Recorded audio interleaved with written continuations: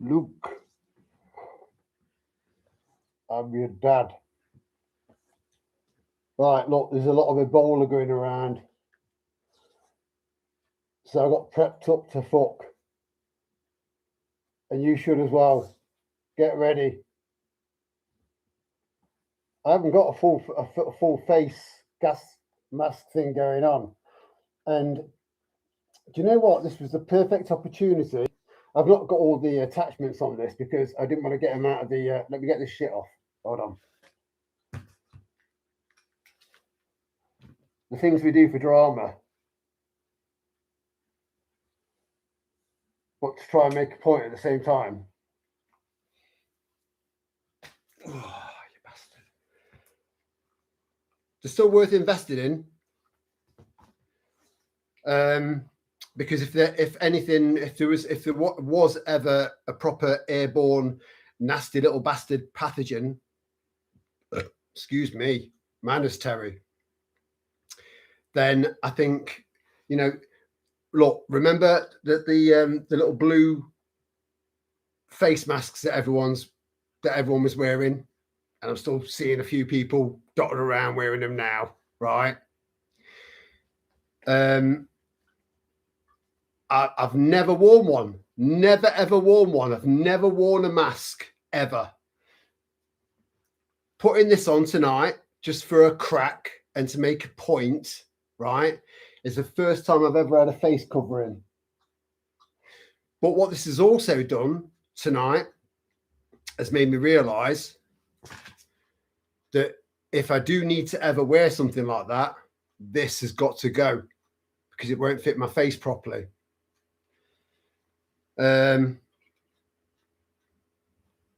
Is that a good look? Is that a good look?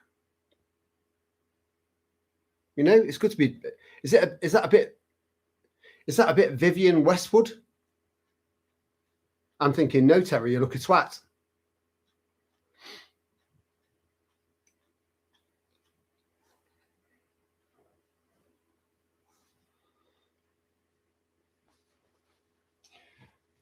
So all the little connections and stuff, all of the filters and all of that come with this,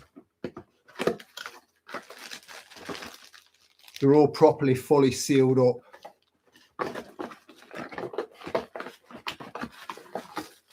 And so are the spare filters. Now, believe it or not,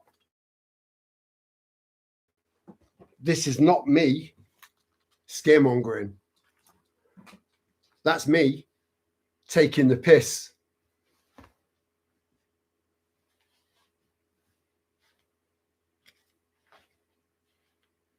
That's what it is. Hello there, Michael.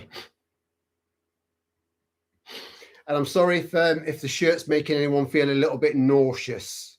You know, maybe take this opportunity before we get further into the live stream to go and get yourself a little bucket or something, just in case you want to puke. You know, but I quite like it. You know, and I bought this when I was a bit chunkier, and I couldn't fit into it. Yeah, and you go for a medium in China, it means child. Medium means child in China. But yeah, how you doing, Michael? Good to see you, Mio China. Thank you very much, Mio China. Thanks for joining us, mate.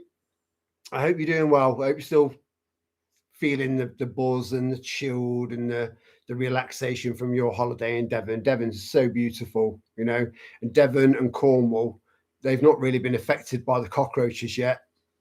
It's too far over the other side. For now. Hey up, Dave. Thanks for joining us. Hey up, Jordan. Hey, I checked out some of your videos, mate, and I commented. I've not had a chance to check to see if, you know, to read your responses or anything yet. I mean, it's been a bit mad, you know. But yeah, I love watching your videos, mate. Very peaceful, and I do. I miss hammocking, and you were hammocking. It was almost like you were rubbing it in my face, you know. Like, I know you can't hammock, Terry, because you've got 2 dogs. You know? So fuck you, Jordan. Just messing, brother. But yeah, you know, the whole Ebola thing, I just needed to I wanted to just get this out of the way, right? They're just desperate. They're desperate. You know, whether Ebola exists or not, who knows? Who knows? Gates, he loves it over there in the third world. He loves it over there. He loves anywhere that's third worldy.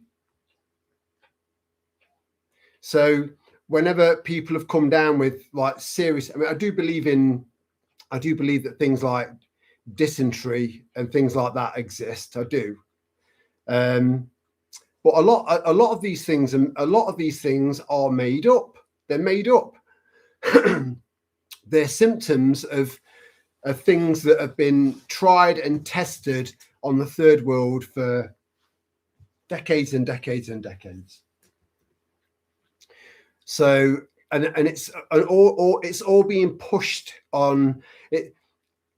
If it's being pushed on any news outlet, whether that's radio or a prominent YouTube channel or a TV channel or whatever, right? Look, is LBC or is Talk TV or is GB News or is blah, blah, blah, blah regulated by Ofcom, then it's bollocks. They're the propaganda arm of the British deep state. That's all they're there for. That's what Ofcom is. You know, it's got nothing to do with making sure that everything is regulated and impartial. You know, that impartial and Ofcom is like oil and water. They don't go together. You picked a good week to come to Devon, Michael. Good week of sun. Yeah, you did all right. You did all right. Hello, Rosie. You all right, darling? Hey, hoo. That was a very extended hoo. Well, thanks. Was a night out. A night out was needed. Yeah, well, we've got a wild camp coming up next week, mate. I'm really looking forward to that. In a new spot as well, which I'm a little bit nervous about because I've seen people down there before, but you know, it'll be. Excuse me, mate. I don't want to bother you, but I've got 3 friends here, and we want this spot here, and you're in it. So I don't want any trouble or anything. But would you mind just pitching your tent back up again, putting it away, and fucking off? Now I've got a backup plan.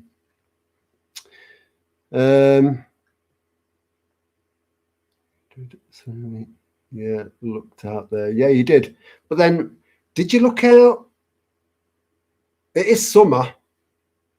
We're meant to be having nice warm weather. It should just be a given. So, jazzy tea this evening. Yeah, a little bit jazzy. Plus, you can see my sunflower. Sally's favourite flower. And you can't really tell, but it's incredibly detailed. You know, when you look at a sunflower is incredible. And the whole thing, the whole incredible plant, because they are incredible. I mean, how they don't just snap over in strong winds and stuff is just incredible. And the whole entire thing is edible.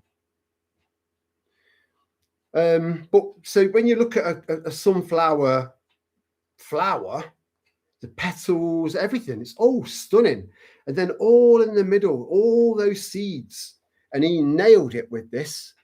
You just can't appreciate it properly. But I'm getting a very, very, very one more tattoo done on my back. And I'm not going to say what it is. I'm going to wait until it's done. I'm going to wait until it's healed, and then I'll show you. And you'll get it. You'll get it.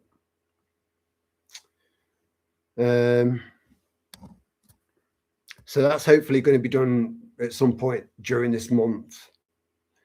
I need to. It's an all-dayer, but I've already messaged him and said, look, can we do it over 2 days? Because I don't want to spend a whole day away from the girls. Got to think about them. And yeah, Lana mentioned if it's going to be big, then and you've got this image in your head of what you want it to look like, and for it to be as meaningful as I want it to be, then maybe do half a day and then half a day.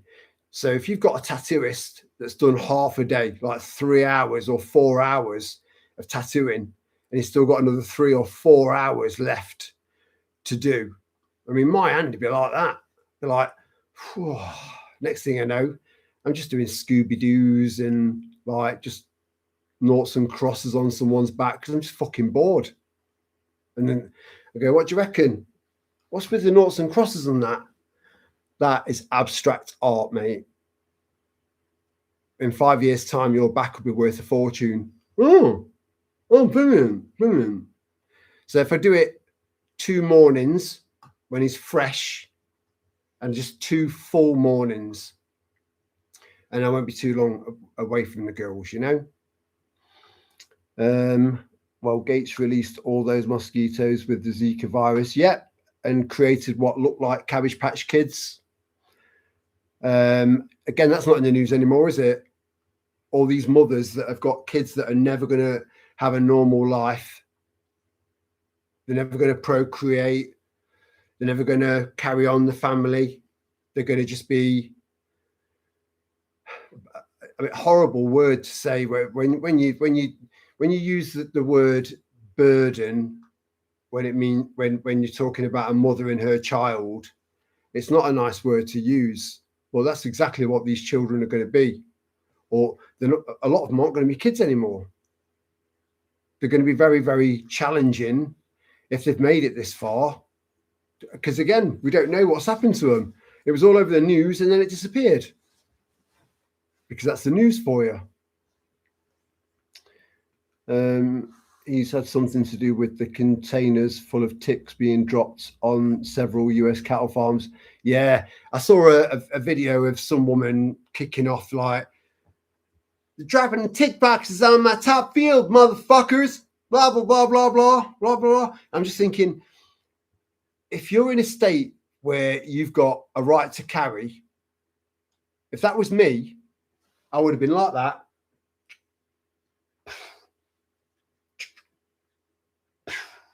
I would have been shooting away at that fucking helicopter and then deal with the consequences. Fuck them. So, not yesterday, but the day before. I mean, I have to check. I have to check both my girls for ticks, and at this time of year, I check them every single day. And Storm's quite easy to check because she's got very, very, needle-like thin fur, staffy fur. Even though she's not a full staffy, she's half staffy, half fuck nose. Whereas Zephyr, she's shaggy. You're shaggy, aren't you, darling? You're shaggy. Let me show the audience how shaggy you are. Shaggy. So hard to spot.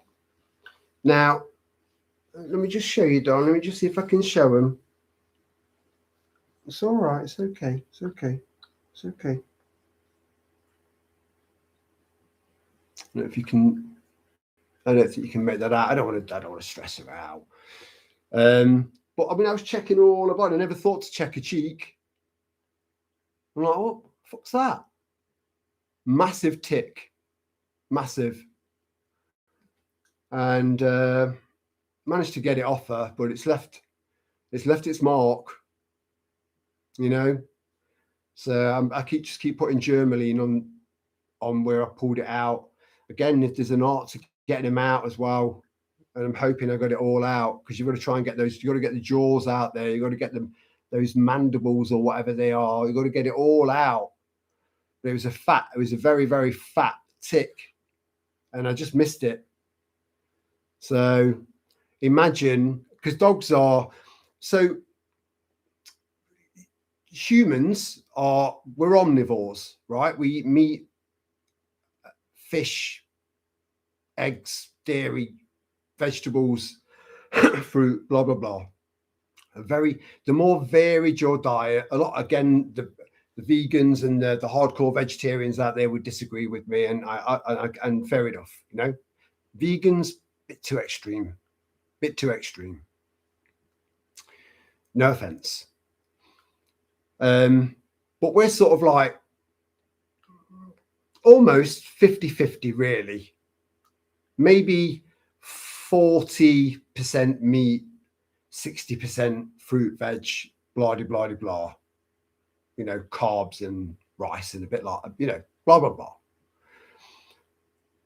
Dogs are omnivores, but I would say they are more 75 to 80% carnivore. So making a dog vegetarian is cruelty, in my opinion. Making a dog vegan, you're a cunt. So Chris Paxman, I don't know if you know who he is, used to do a lot of wildlife videos and stuff on the telly. Autistic, right? And this isn't having a jab at autistic people. But he's on the spectrum. He's got I'm going to say Alzheimer's.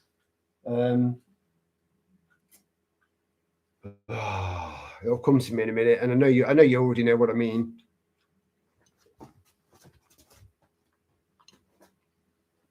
And he's made his dog vegan, and he claims to know quite a lot about wildlife. People that are on the spectrum tend to be a little bit easier to manipulate.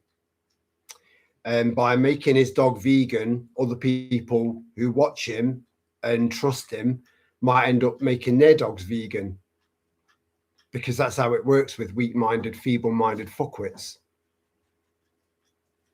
So you imagine if they introduce something along the lines of the Lone Star tick, which can create a condition where you become allergic to any animal products. So that can be meat or any byproduct of an animal, which could lead to milk, eggs, lard, dripping, anything to do with an animal. You have a reaction, and those reactions can go from I feel a bit rough, scared to fart, right up to asphyxiation, unless you've got an EpiPen, and that's it for life. So imagine that happening to a being. I don't like to call them animal. Imagine that happening to a being that's 70 to 80% carnivore. You know, if they weaponize ticks in this country. Oh man. Anyway, yeah. Thank you, Michael. I'll leave it to you, and we will. Hello, Wesley -V1J. What's up, big man? Hey, I'm all right, matey. How are you? I hope you're doing all right, Wesley. Thank you for joining us on this little live stream. It's our little gathering, our little Friday gathering.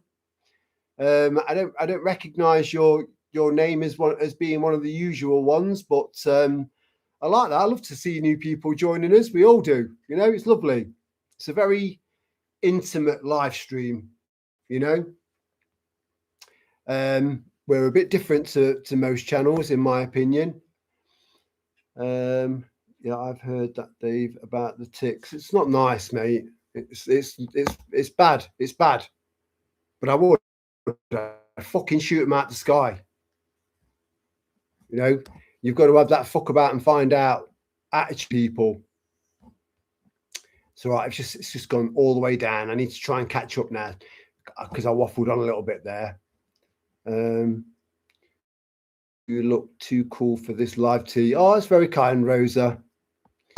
Yeah, the natar, or my sunflowers. I don't know what natter are. Is that some sort of sunflower pest or something like that? I don't know, but I just think it's just such a beautiful flower, you know. And again, it was Sally's favorite flower, so it was the right thing to do to have that tattooed on my chest. But the one that I'm getting on my back, you'll like that, and you'll understand why it's there. Gnats. Oh, as in gnats. Gnats. Again, the English language. It's a fucker. No wonder so many people struggle to learn it. Gnat is spelt with a G. It's a silent G. So gnat. But yeah, I understand what you mean now, Rosa. I didn't realize gnats and sunflowers had a problem. I didn't. That's a brand new thing. Hello, Lana, sweetheart. Are you all right? Thank you for joining us, my darling. And my favorite emoji, just full of love. Boggs. Have I missed Boggs? Is Boggs here as well? Have I gone down too far? Okay, now. Oh, there he is. Good evening, everyone from Rutland. Like the shirt, mate. Looks a bit like the pizza I've just had for tea. Yeah, it looks like someone's had a really good quality margarita, you know, a proper authentic Italian. Although there's no such thing as an authentic Italian pizza, because pizzas weren't invented in Italy. They were invented by Italians in America. Poverty-stricken people. It was a yeah. Anyway, look into it. It's quite interesting. But it was invented in America, Chicago, in fact. But yeah, thanks for joining us, Boggs. And I hope you enjoyed that pizza. It looks like I've had a pizza that didn't agree with me, and I've gone all over a white shirt. And this is it. This is what you get.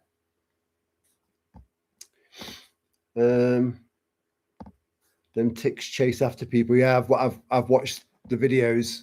Yeah, but then to be fair, the videos that you've seen where the ticks have been chasing people, there's been no grass or anything for them to sort of like hide under, and a lot of insects will if there's nowhere for them to hide, they're very vulnerable. So I'm just saying, this is another angle. They're very vulnerable when they're just left open on sand or open flat soil, you know, compacted soil. They're very vulnerable to birds and all manner of tick-eating animals and birds and stuff. So if they see one body, not only are they going to think that's potential food for me, but that's also potential protection for me to hide, you know, because they are very, very protected whilst they're feeding, you know, especially on animals. We would know, like, oh, that's a bit, what the fuck's that? And you can feel it, and it feels a little bit like a tag, you know, tags, not dags, tags. And tags usually are as a result of wearing tight-fitting clothing. When you get those skin tags, which are easy to get off, you just tie a little bit of cotton around the base of it, tie it really, really, really tight, and then it cuts off the blood supply to that tag, and it'll just fall off. It won't even leave a scar, you know. So it's just kind of a survival mechanism for the tick. So it's not because not necessarily. A lot of people are just jumping to the conclusion that these ticks have been turned into psychopathic, bloodthirsty, vampirous insects, when in actual fact they're just looking for somewhere safe to go. So they're just following the only bit of shade, the only thing that's creating some shade, or a tree, or to them you could look like a tree, or to them you could look like a meal, or both. So there are loads of reasons why those ticks were chasing after the people that were videoing them, you know. Yeah, and full of all kinds of diseases. Yeah, Lyme's disease is horrific. There was please feel free to look this up. There was a woman that had Lyme's disease from a tick in California, and she was degrading pretty rapidly. She was basically told, look, you know, it's going to continue to degrade you and destroy you. Well, I'm sure they use better words than that, you know. You have to be quite an insensitive doctor to be able to say that to someone. But to say to someone, look, the Lyme's disease that you've got off a tick has been so aggressive with you that it doesn't seem to be anything that we can do to mitigate it or slow it down or stop it.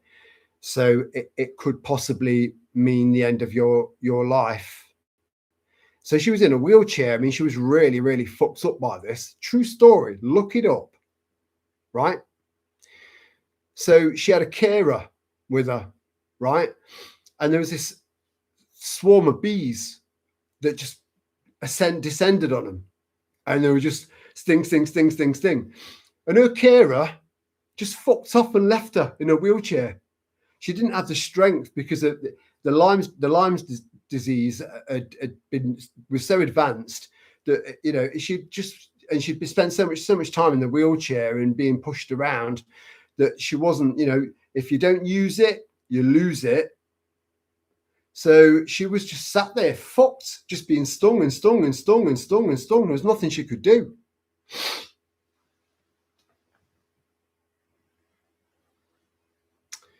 Now, in a bee sting, it contains a certain type of venom. Now, that venom countered the Lyme's disease. And she went from being debilitated and slowly dying from this disease, this tick-borne disease. She slowly went from that to being attacked with bees, by bees, and getting stung multiple times, to then going on to making a full recovery and leading a normal, happy life, because she was stung to fuck by these bees. So I've done videos and I've always said nature provides. It always does. It always has. It always will. Now, you know, if someone said, right, I've got a fix for your Lyme's disease, Terry, but it's a bit rough. I'm like, no, mate, I'm desperate. I'm going to die. I'm going to die. What is it? I'm going to put you in a room full of very fucking angry bees, and they're going to sting the shit out of you over and over and over and over. You're going to be in agony. I'll be like, there's nothing else, no? No. Oh. All right, then. You know, it's that or death. I want to spend as much time in this world as possible, living, loving, enjoying, and fighting all the way, and learning and pursuing the truth. So that sort of shit is very time consuming. But if that was my only choice, then yeah, it would be bees it is then. But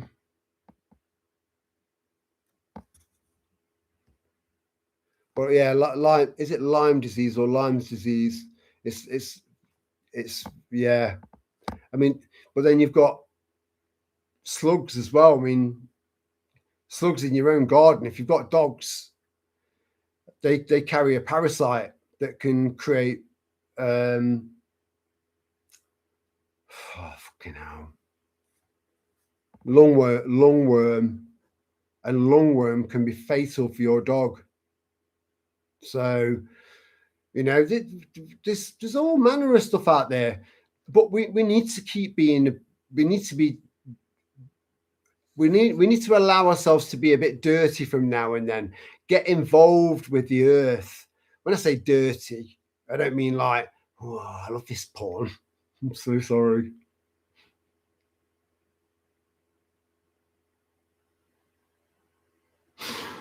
And don't do porn. Don't do porn.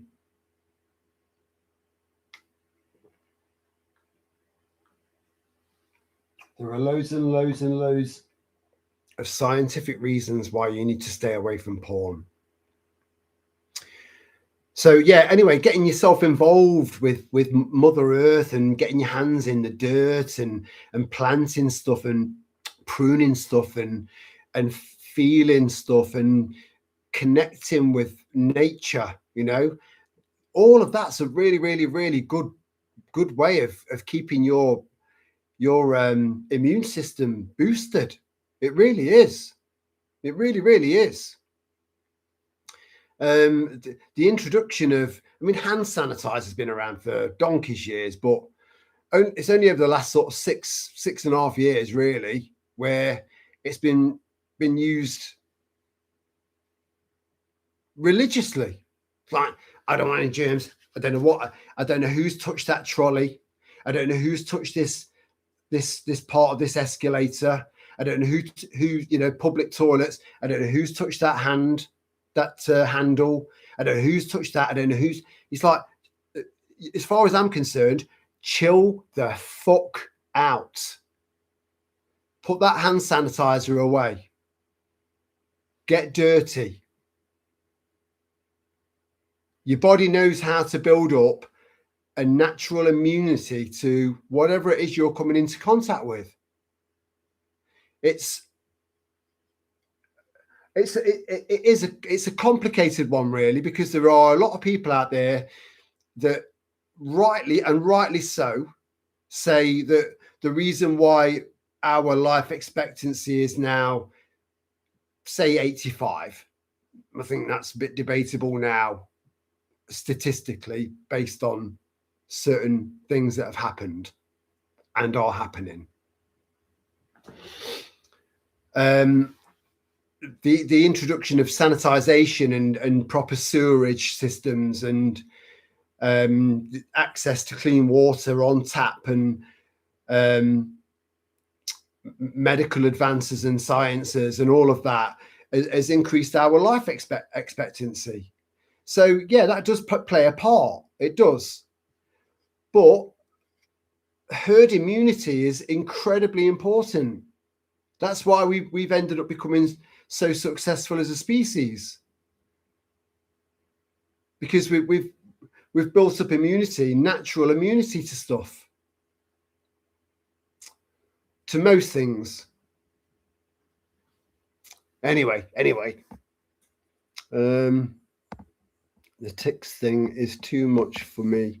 I know they are quite creepy looking things. They are very sinister looking, but you know, it's nature. It's nature. It's just, it's another insect that's found a niche.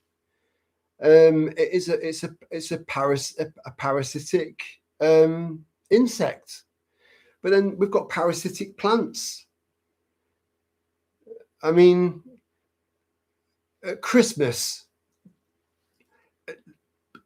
has any of you ever gone to say a Christmas party or at a family gathering, right? Or you've thought outside the box and been a bit cheeky, and you've gone out over the Christmas period and you've had a bit of mistletoe in your pocket, right? and you've got a cheeky smile, and you've got a very cheeky approach, and you've gone, I don't want to say, do you come here often? Because that's cheesy. But I've got something cheesier than that. And then people instantly recognize mistletoe. They instantly recognizable. They instantly recognize it, right? Mistletoe is a parasite, but it's a protected plant. It's a protected species of plant, even though it's a parasite. It's a parasitic plant.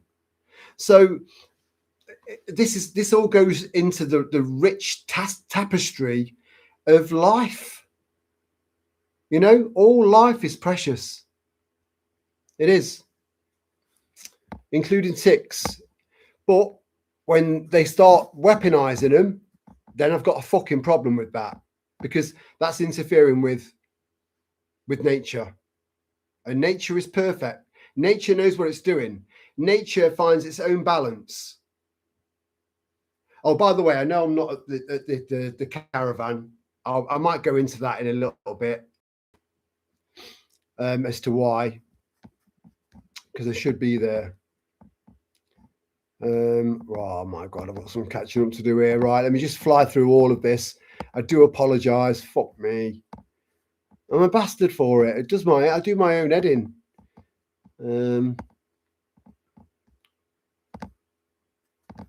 Right, HTM. Have I missed someone? If I've missed anyone, I do apologise. I just need to catch up. But I will, if you just keep interjecting, I will find you if you're new. Oh, TMV 420. Good evening, my friend. Much love and thank you for joining us. Oh, baby Wookie. Oh, you're on about Zephyr when I was trying to show you a little tick circle. I've missed some, so hi everyone. He really fucks me off. I'm on the spectrum, and it's cunts like him give us a bad name. I fucking hate him with passion. I'm with you, Dave. I've worked with so many people.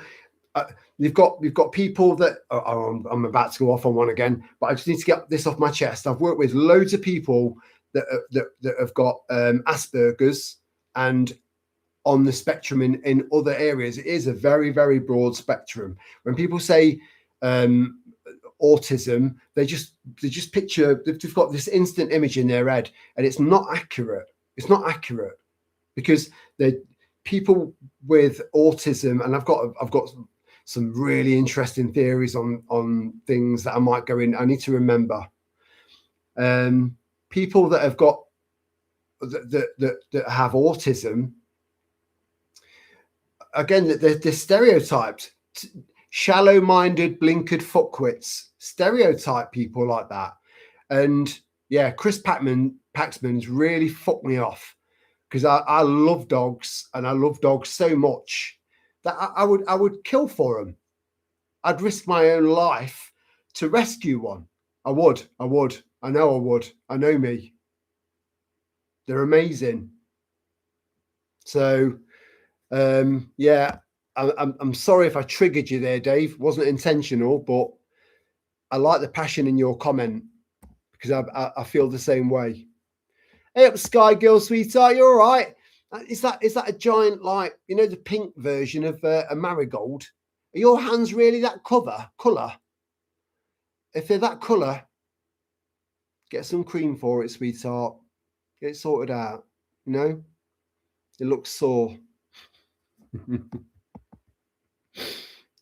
Oh no, Lana's come up with one of these little symbols, and I don't know what it means.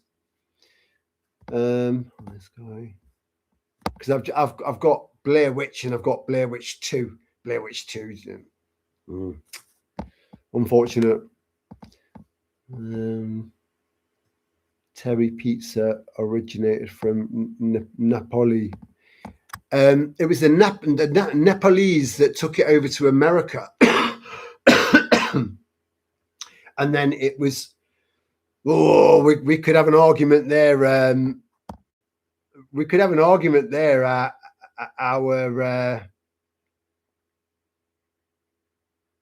We could look a little bit deeper. But either way, I've had pizzas in England. I've gone to Italian restaurants, like pointing over there, like I've got an Italian restaurant just there, you know. I've been to Italian restaurants and ordered an authentic Italian pizza, and it's been nothing close to the pizzas that I had in Italy. Nothing close. So they have taken that back to Italy and kind of authenticated it to make it as authentic as the original Italians that created it in the first place. And again, flatbreads, just make your own flatbreads and then create your own pizzas. Very, very easy. We don't need to be living like, you know, we don't need to be living like paupers. The more you prepare, the less impact all of this shit's going to have on you. Common sense. Using up leftovers, I made a homemade pizza on a naan bread base. It was lovely jubbly. I like that, mate, because you've mixed Indian and Italian and American all together, you know? You're a very highly cultured man, just based on that one comment, you know? The world needs more people like you, mate, that can make pizzas out of a naan bread. Thinking outside the box. Finally found an archery club near me that seems worth their salt. Start the beginning of August. Really looking forward to it, mate. That is on my list of things to do because I've got a recurve bow it packs some punch. But it's bow slap every time. Bow slap, and it shouldn't be doing that. So I don't know if I've got the wrong limbs for the main part, or I've definitely not got the wrong strings. Definitely not. They're the right length. But so I could do with going to an archery club and but you know, when you go to an archery club, these clubs are set up by enthusiasts. So you turn around to someone, you could just go up to someone in a car park of an archery club and go, "Excuse me, I don't mean to trouble you, but I'm having this problem with my bow. Can you tell me why I'm having this problem?" And they'd be like, "Fucking oh yeah, fucking love this shit." That was unnecessary. But they're enthusiasts. They've got a passion for it. So anything that I've got a passion about, I love sharing it. Especially if someone asks me about something that I know a little bit about and I'm passionate about it, they're going to feel that passion. And I'm so like overloaded in offering a response to them. You know, I'm more than happy to help. I'm more than happy to answer their questions. And the same applies to any live stream as well. Ask any question. I might not, if I've not got an answer, I'll have an opinion, and it'll be an educated opinion, you know. So I would like to make that recurve bow work because it's got some power. It shouldn't be doing what it's doing. My other two bows are fine, especially the most basic one. I'm all right with that.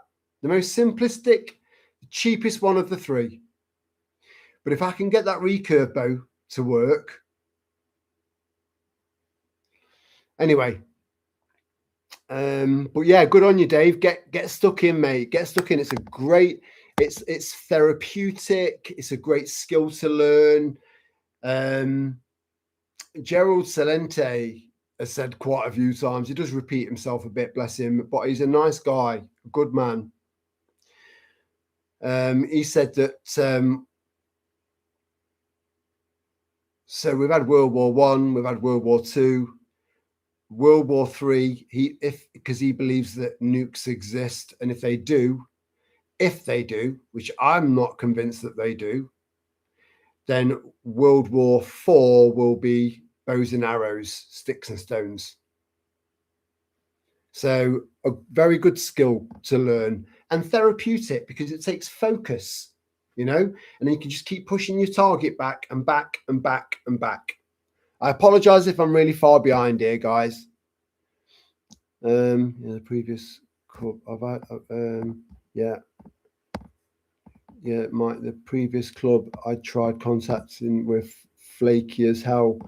These seem like a good bunch. Yeah, it's all about the collective, the people there. You've got to feel the chemistry. It's like if any of you have considered joining a martial arts or a mixed martial arts club or anything like that, go down, and most of them give you the first session for free and get a feel for it. It's all about the chemistry. You don't want to go somewhere where it's full of fucking egos, like egotistical pricks that have all got something to prove, because that's not what martial arts is about. And that's not what archery should be all about. That's not what this should be all about. Or that it should be about the love and the passion, for the sport or the art. So yeah, you got to look around. Don't just go for the first club you come across. Yeah, keep going, Dave. Bogs, interesting coincidence. I love sunflowers too. I've got American Giants. Hey, mate, make sure you charge them rent, because they come over and, I like this house. As they're looking down on you like that because you're this tall to them, right? I like this house. Can we stay here for free? No, they wouldn't have a high-pitched voice like, can we stay here for free? That's what a giant would sound like. Sorry. Very fucking random. And red ones growing in the back garden, I find them lovely to look at when they're bloomed. There's such beautiful, beautiful, beautiful flowers. I wouldn't have a flower tattooed onto my body, because again, I am in touch with my feminine side, and every man should be. You can still be a man whilst being in touch with your feminine side. Balance. It keeps you balanced. That line down the middle of the yin yang is you being connected to your feminine side and your masculine side. Your logical element, which is your man side, your male side, and your emotional. There's a lot more to it than that, but I've got to catch up. But I'm glad you love sunflowers, Boggs, and I'm glad you've got some growing. Yeah, garlic and coriander naan makes excellent pizza base. I've never tried it, but I'm gonna. Bee venom is great for arthritis too, I think. Bee venom is good for a lot of things. There are lots and lots of things, natural remedies, which is why you're not hearing about them. Because the Rockefeller Institute got its grips in, and it's still got that grip. It's still got that grip. All your GPs, all your doctors, all of them are still trained in that within that system, that same system from 100 years ago. It makes me so fucking angry. I mean, I did a little video about white willow bark, which is aspirin, but better than aspirin. You've got to work out. You just got to do a bit more research into dosage and applications and then testing to make sure you've not got some sort of allergic reaction to it or anything like that. You've got to look into all of this stuff. What we're doing is we're pulling ourselves away from the Rockefeller Institute and going back to the way things should be and were and worked. Yeah, we had the snake oil salesman, coming around saying, oh, this, 3 drops of this and you'll be able to walk again. But I've got no legs. Yeah, well,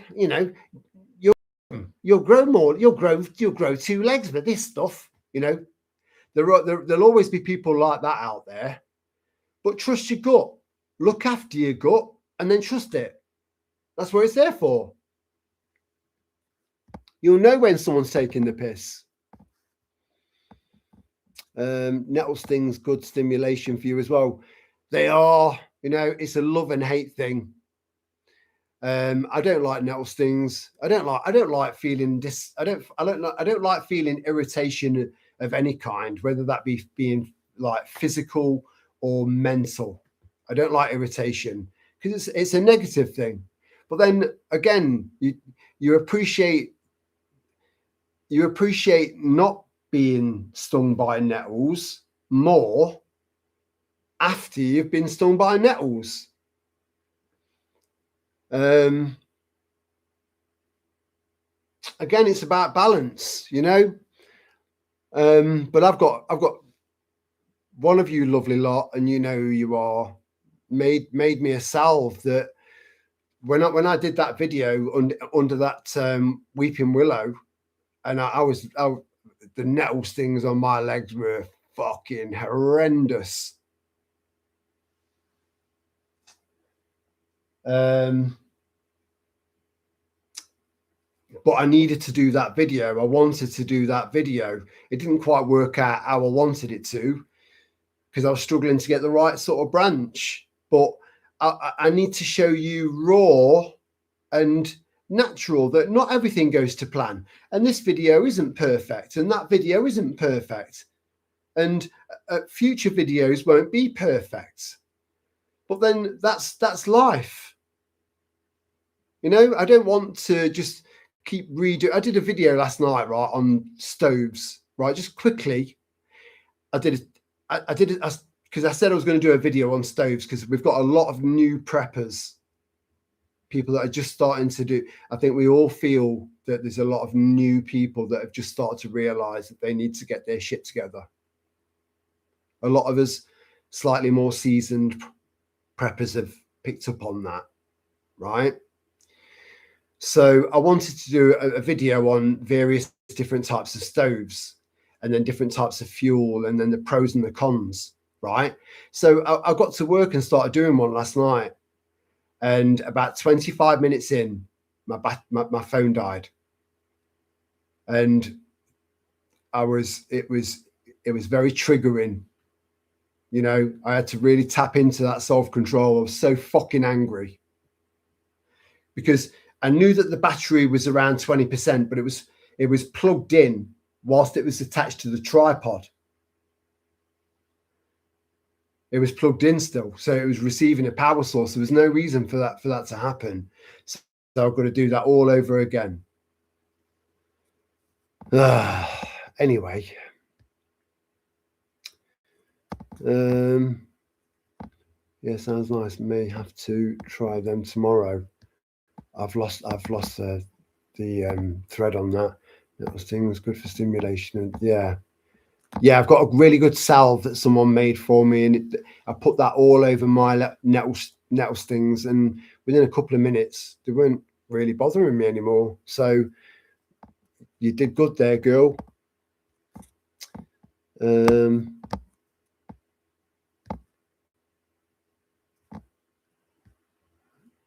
Hello, Matty. You all right, matey? Good. Thanks for joining us. Much love, brother. Hello, food. I love food. We all love food. We'll fuck without it.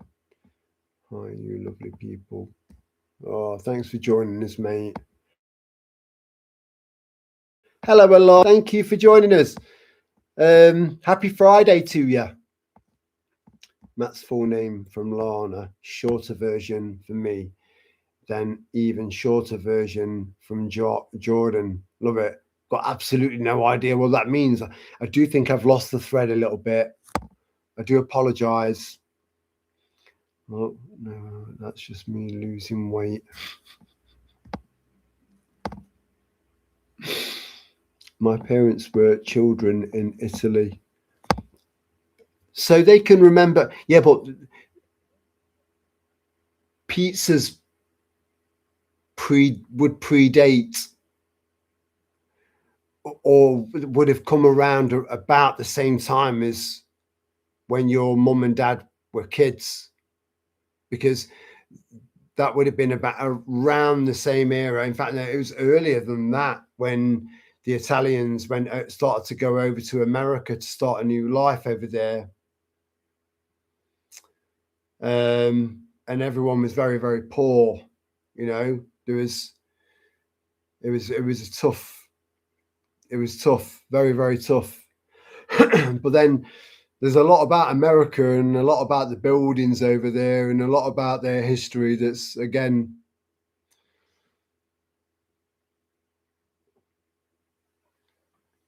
there's so much bullshittery around. But who knows, Rosa? You could be right. You know, I'm just saying, I'm just trying to look at it from as many different angles as possible. Avoid bow slap by twisting your left elbow towards it when it's under tension. Mate, if I went through and got the bow now and stringed it up and then demonstrated it in front of the camera, you would understand what I meant. There's something not right. There's something not. First original pizza had no tomato on it, just cheese. Oh, that sounds boring. That would just be a Rita, you know, without the marg. Both of them who have now passed, who were born in Italy, told me about the flatbreads. Yeah, flatbreads with only olive oil, garlic, were classed as pizzas. Yeah, so I think when they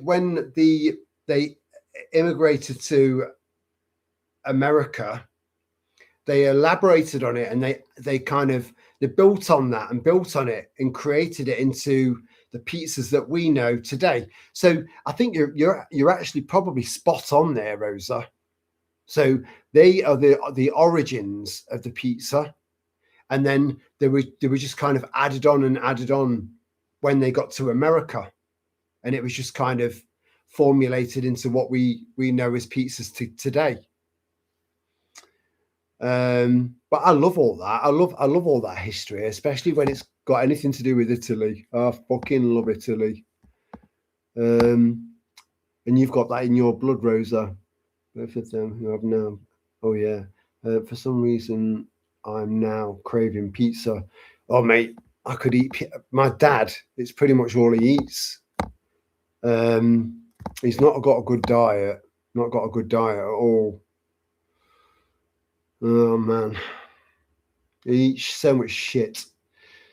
I love the spiral effect in sunflowers, the Fibonacci numbers. Yeah. Do you know that? That's incredible again, and that could tie in.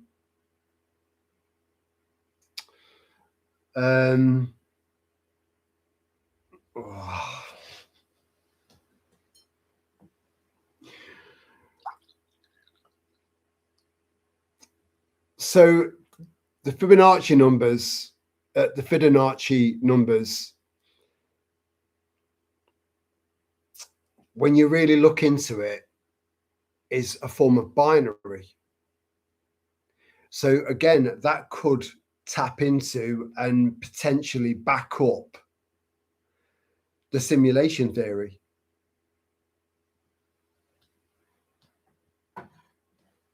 Just saying, you know, again, I've not subscribed to any particular or specific reality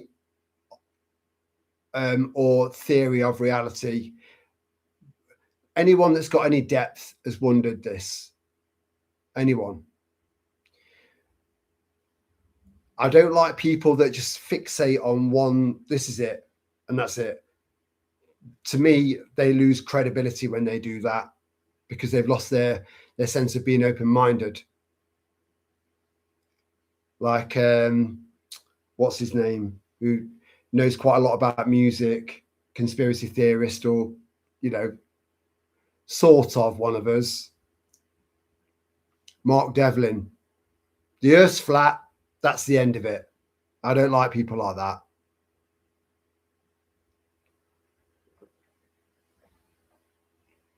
It's a sign of a weak mind.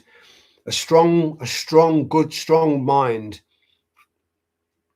isn't necessarily someone that can take like 10 nights of torture to get information out of you. That's not, to me, a strong mind is someone that is able to take in lots and lots and lots of different ideas, different potential possibilities, and lots of different ways of seeing things, and just letting it in and just allowing it to just float around in your mind, float around inside of your whatever this is, until further down the line things start to click into place. And people that just get fixated on one, this is it, there's no other, this is it. I'm not keen on people like that. I think maintaining an open mind throughout the rest of your life is a good thing. But don't clog your brain up. Don't clog your mind up. Don't clog your soul up. Just allow it in. Let it float around. Just let it float around.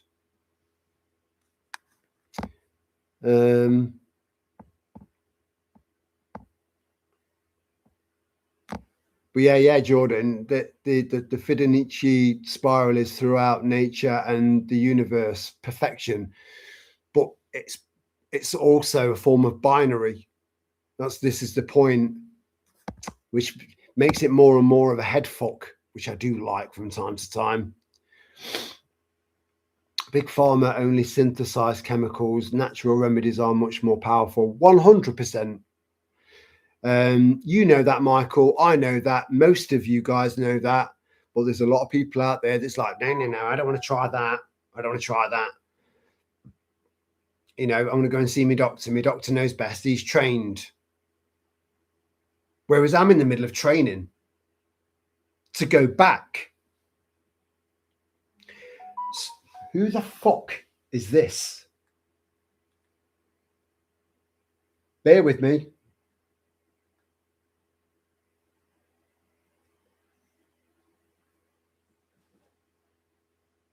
No, it's all right. It's okay. I think that's the end of it. But it is perfection. It is. Nature is perfect. It is perfect. You can't. But again, it's only really. There are a few other. Again, people don't like to be called animals, do they? Mammals. People don't like to be called mammals either. I'm not a mammal. I'm a man. I'm not a mammal. I'm a woman. You know, but. Our origins are a separate issue, right? Let's just say, for the sake of it, of all the species of beings on this planet, we are the most destructive. And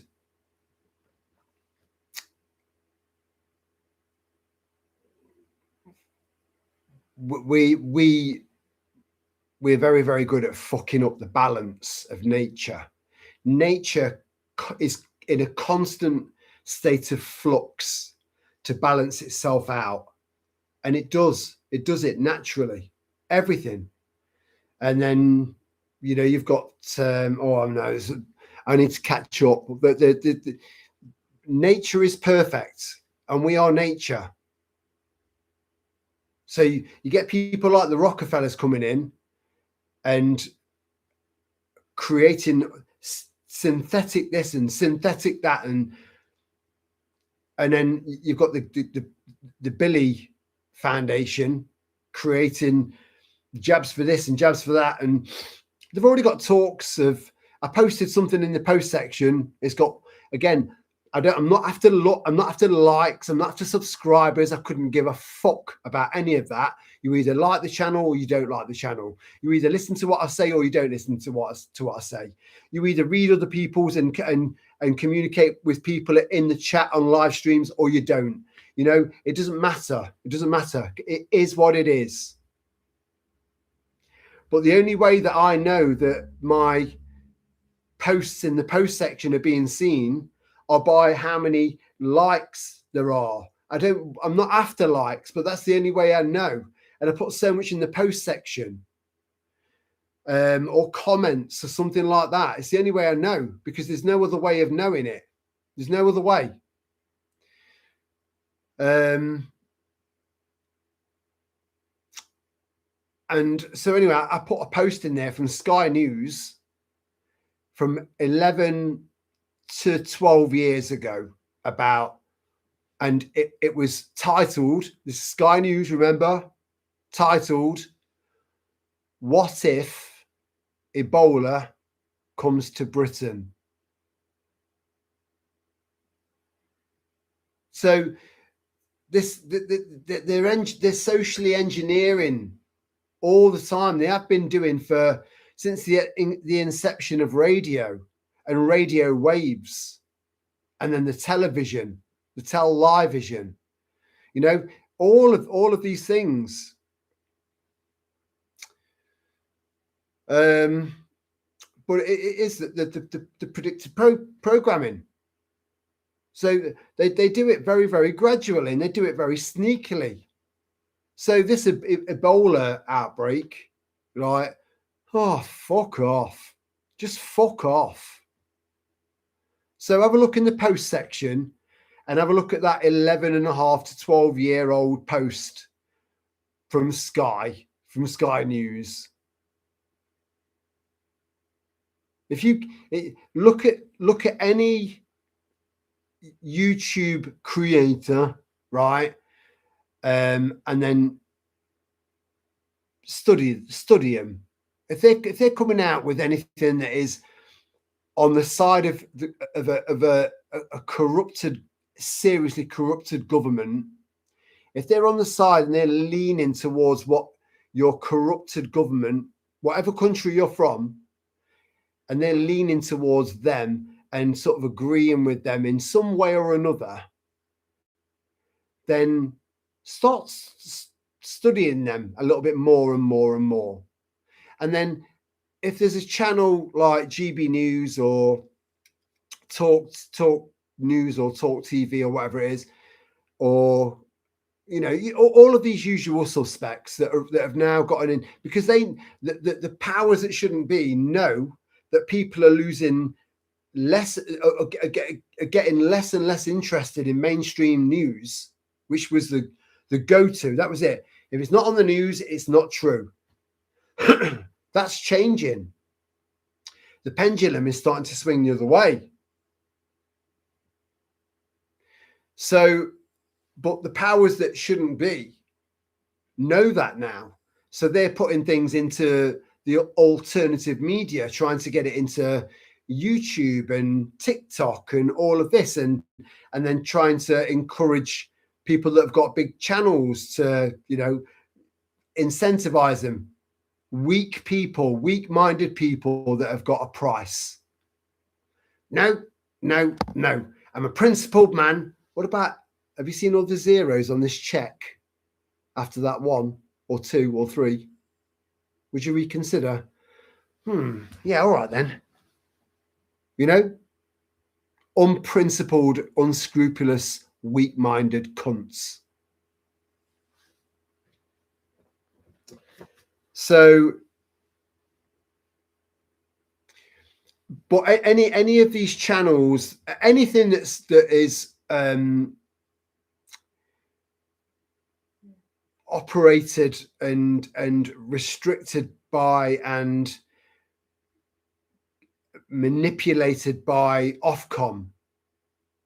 So anything that is regulated by Ofcom is a manipulative, propaganda spreading, deceiving, lying bunch of cunts. It's all propaganda. Ofcom is the propaganda arm of the British and overall deep state. Question everything, including me. But you're spot on there, Michael. We need to go forward. Apparently, there are more ways to shuffle a deck of cards than there are atoms in the Milky Way. Huh.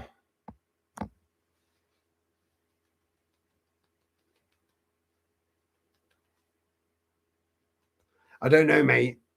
Are you a professional wanker? Oh God, I don't know where that came from.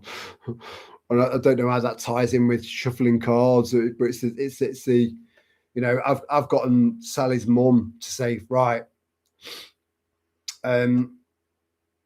Margaret, and she's a very wholesome woman. She has got a naughty side to her, but she's to most people she would come across as a very respectable woman, you know, and she is, right?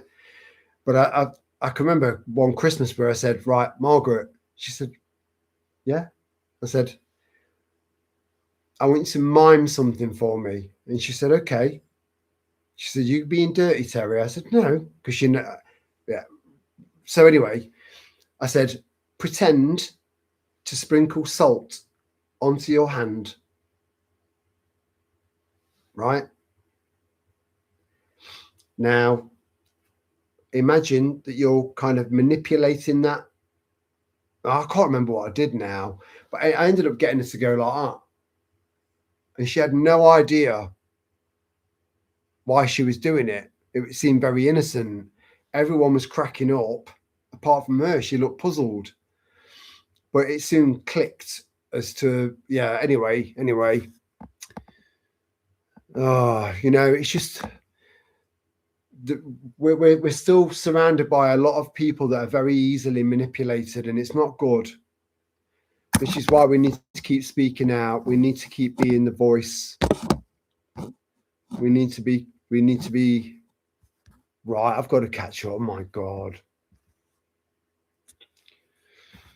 Anyway, sorry about it, Jordan, with the, you know, the deck of cards thing. I don't know where that came from. I do apologise, but that's an interesting thing, and I'd like to look into that because it's very interesting. I like things like that. TMV, I used a naan bread based tomato puree, chorizo, onion, cheese, and dried roast garlic powder. It was really tasty. I'll give that a go. Again, flatbreads, so easy to make. Bread, water. That's it. That's it. Any kind of flour. Sorry, flour and water. And then just zhuzh it up, you know? I agree with you.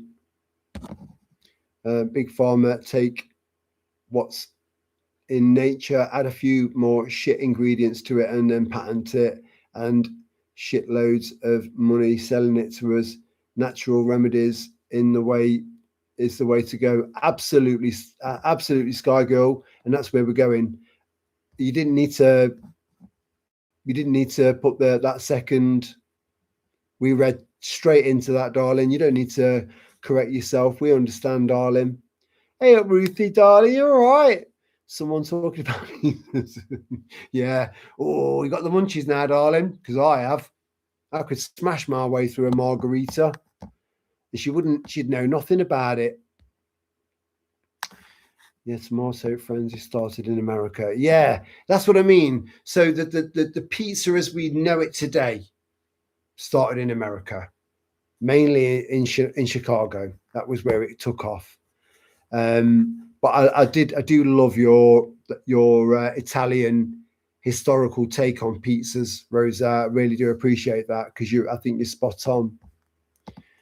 Nature is pure, made for us, heal us for free if we make the effort to learn about it. Yeah, spot on, which is what I'm doing. I have slacked off a little bit recently, but I want to get back into it. But I have added two. I've gotten rid of one supplement and created two more. So I'm not taking any steps back. You know, I might stall now and then, but then carry on and then carry on and carry on and carry on, then stall and then carry on and carry on and carry on, because the way back is the way forward. It really, really is. I'm half expecting to wake up in a full immersion gaming rig when I die. Lol. I have thought about that, Dave. I have. And I have said to one of you lovely lot, you know who you are, because I don't know if you want me to mention you or not, you know. I'm trying to just respect your privacy. And I've said, You know, everything that's happened, especially over the last 5-6 years, they've been so fucking intense. And to those of you who've been on that's on specific parts of that journey with me, will know how intense it was. And if I come around in some sort of really, really far out, amazing, futuristic, state of the art, beyond what we could imagine technology wise, virtual reality gaming chair, at the end of it, I'd be like,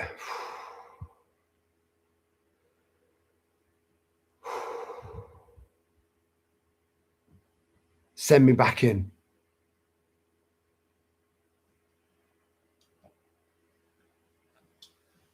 Because there's so much for us to learn. But I do like that, Dave, because I have thought about that, and I think a few others might have as well. I was waiting for this comment. Hi, Ruth. I dug out the 3CL from under my front window. How did you get that trap, Michael? How did you get trapped there? Hey? What was you doing? Bit of weeding. I got me knocking on the window to the missus. I've got me 3CL stuck again. Get the Vaseline.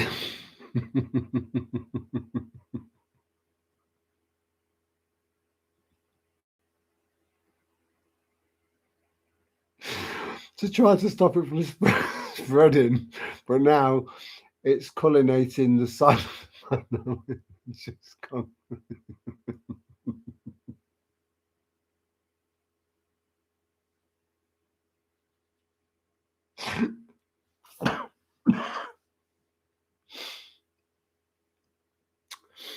That is a permanent thing now, thanks to you two. It really is. And I've planted loads up, Ruth, by the way, and thank you so much for sending them to me. Thank you. I really appreciate that.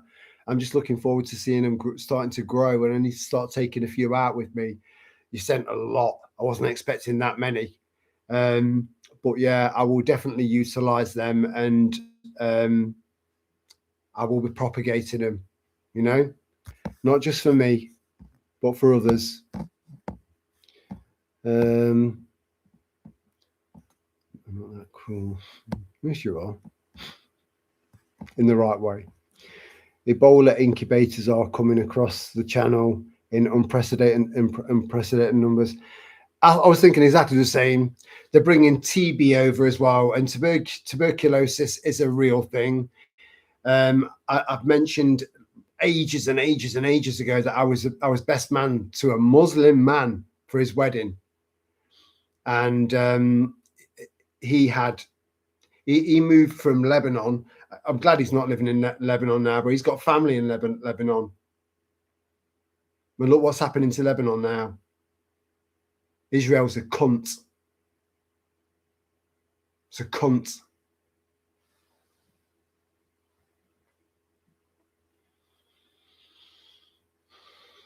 Let me just try and get back on track onto why I was saying that. Yeah, so he had TB whilst he was living in Africa. So he moved from Lebanon to Africa, and he set up his own business, and then he met the sister of the girl that I was seeing at the time, who was a midwife, and she was over there as a humanitarian, like, you know, helping with births. You know, she was a midwife. And TB it's a big thing, you know, it's a bad thing, and it's contagious. And they're bringing this shit over with them. They're bringing all of these third world diseases over to us, and we're not ready for it. We're not ready for all these diseases. You know, to take if you want to move to, say, France or Spain or Italy or wherever, somewhere in Europe, right? And you've got a couple of dogs that you love, they're your family. They've got to go through so many rigorous tests tests, you know, anti-rabies and all sorts of stuff before they can get allowed into that country. Yet we're taking on like copious amounts of third worlders that have got God knows what wrong with them. Diseases that we've eradicated from first world countries, developed countries. We've got no immunity for this shit. We've not had a chance. Where they're from, they can build up an immunity for it. You see loads of people that drink from the same water they bath, piss and shit in. And yeah, they get sick sometimes, really sick. Some of them die. But most of them don't die because they've built up a tolerance for it. We used to drink from rivers and lakes. That was normal. Living water. This modern way of life has fucked all of that up. We need to get back to that. But yeah, they are letting in shitloads of people that have got God knows what. And then again, looking back to the Gates Foundation, right? And then their connection with Fauci and the appearance of AIDS. You know? So whatever that was it a real disease or was it a made-up disease so that they could come out with a medication to tell you that you would die if you didn't have it? And it was a medication that was showing the symptoms of something called AIDS. Or does AIDS really exist? I think it does. But I think it was induced probably like that. Your body is a fortress. It really is. But we can't keep allowing them to squeeze stuff through the bricks of your fortress.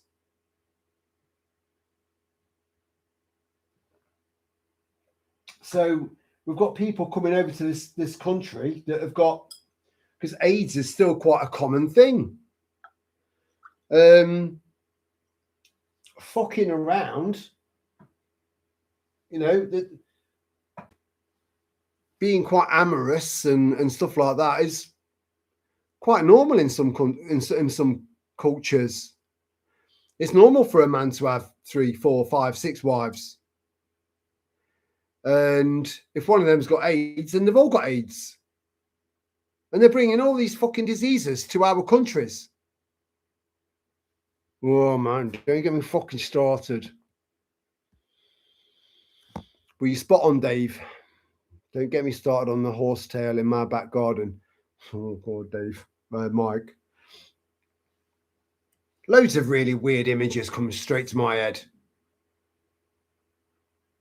To the point where I'm picturing our little wild camping trip next week, where I'm like, you're happy to see me, aren't you, Michael? How can you tell? Is it my smile? No. I'm looking behind you and I'm seeing your little tail wagging. You know? That's a tough one to print. Is it just me? Ray London. Ray London. So much easier than I thought it was. I do apologize. I got the crispy onions. Thanks for the shopping info. You are very welcome. And I'm glad that you got something from the videos. You know, I'm glad that anyone gets something from the videos. But I've done it all now. It's all been done. There's nothing left.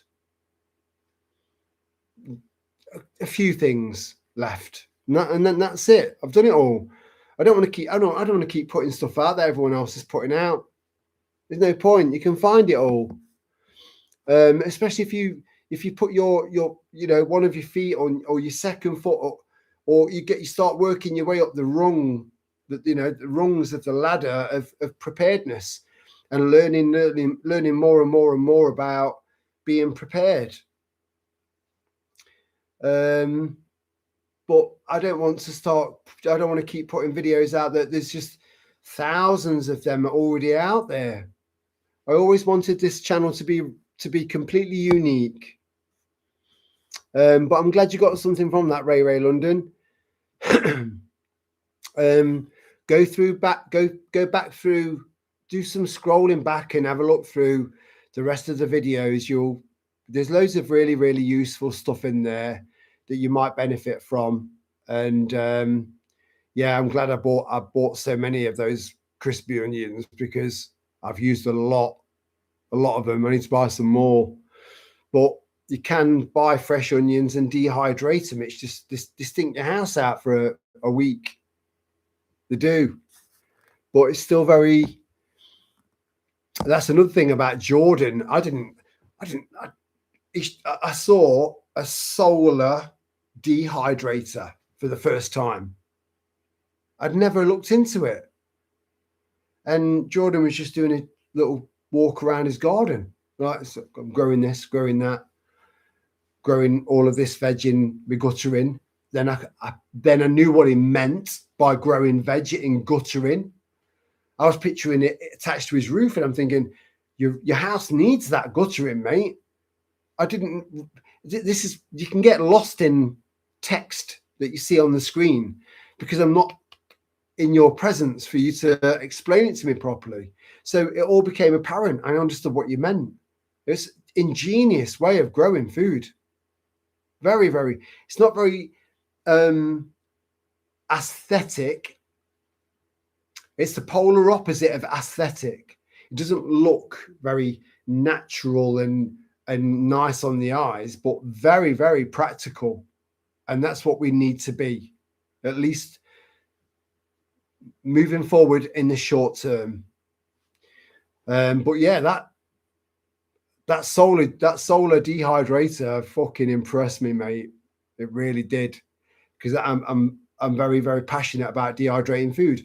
It's a poor man's freeze dryer. I'll be at overtime, Ruth. Oh shit. Anyone growing loofahs? Aren't loofahs like natural sponges that are found in coral reefs? Or have you found a more hardcore version, Ruth? Are you into S&M, Ruth? Because I can't imagine you are, because you just seem so wholesome. I've always said that about you. I'll never go back on that. I know you've got a naughty side. I know you have.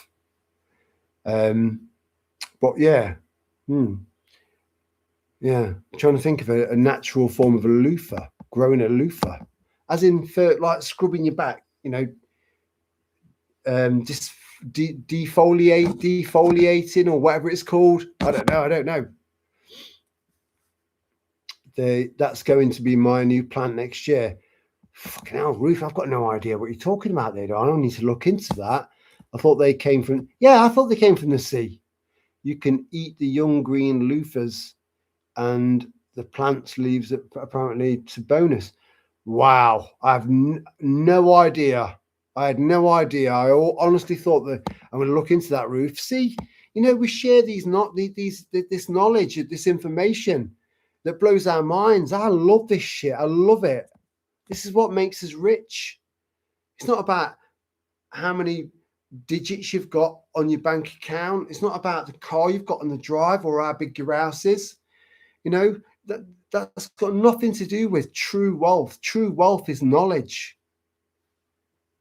and sharing it. Let us know how you get on with them. Hello, Rumisback. Oh my God, what have I walked into? Yeah, very interesting one. Do you know what? Say 6 months ago, I would have maybe judged you differently because of your profile picture, but I don't anymore because I'm on your side.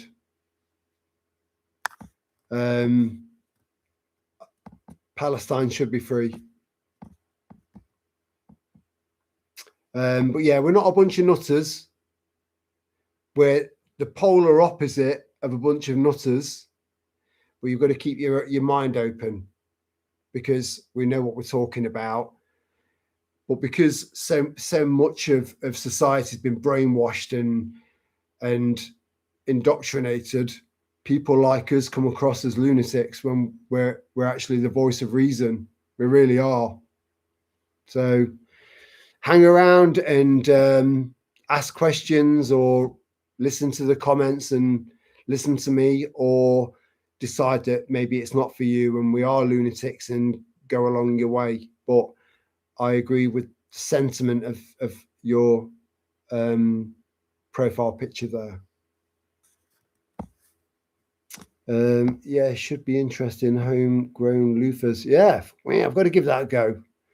As far as I know, loofah, same family as xXx.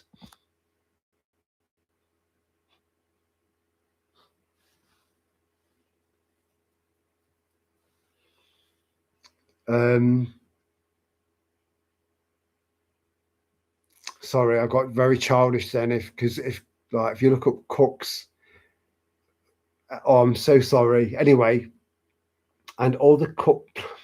Is that wrong? I need to look into that. I really do. I need to make a mental note of that. And do you know what? I can't turn my phone off. Can't turn it off. The off button won't work.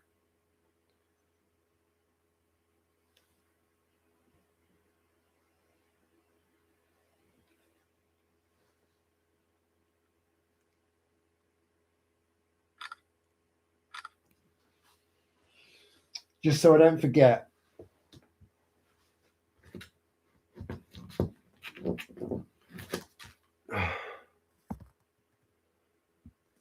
Part of the cucumber family. Oh my God. I had no idea. That is quite fascinating. It really is. I didn't know you could eat cucumber leaves, though. Thanks for that. In fact, I didn't know you could eat cucumber leaves either.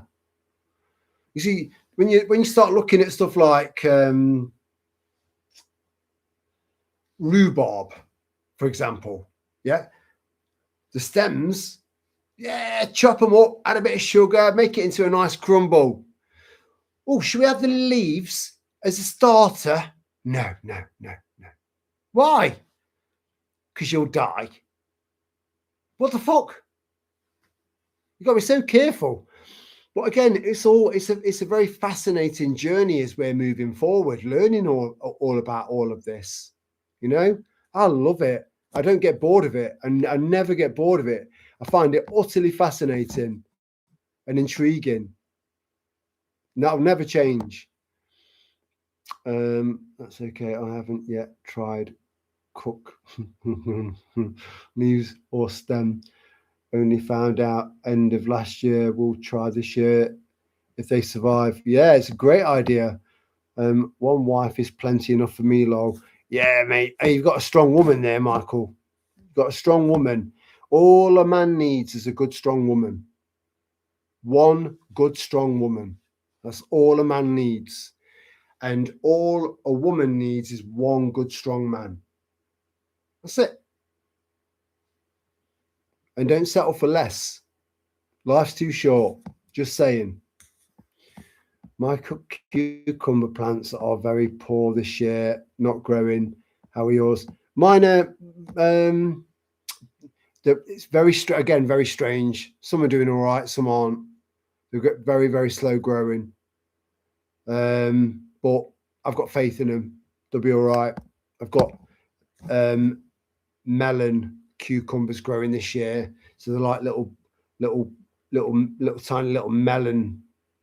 Instead of them being phallic, I'm sorry, I didn't know what other word to use really. Instead of them being like phallic, they're fuck me. But yeah, that'd be quite interesting to see how they turn out. I've never grown them before. Michael, Going to jump in the bath. Don't jump in the bath, Dave. Fucking hell. Just get in there gently. Test the temperature out. Oh, it's a bit hot, but it's manageable. You know, don't just jump in there, mate. 3rd degree scalds, you know. Or do it. And then come on the next live stream and I'll go, told you, Dave. Now look at you. All fucked up and disfigured. Because you jumped in. Instead of listening to me. Take your time in that bath. Don't jump in.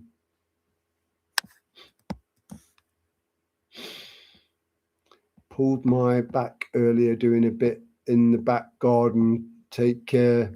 Just enjoy that bath, mate. Very therapeutic. Good for you. Good for the muscles. Good for the mind. But again, it's water that's got shit in it. Straight out of your tap. That's absorbing into your skin. So at least make your bath a healthier bath by putting Epsom salts in there.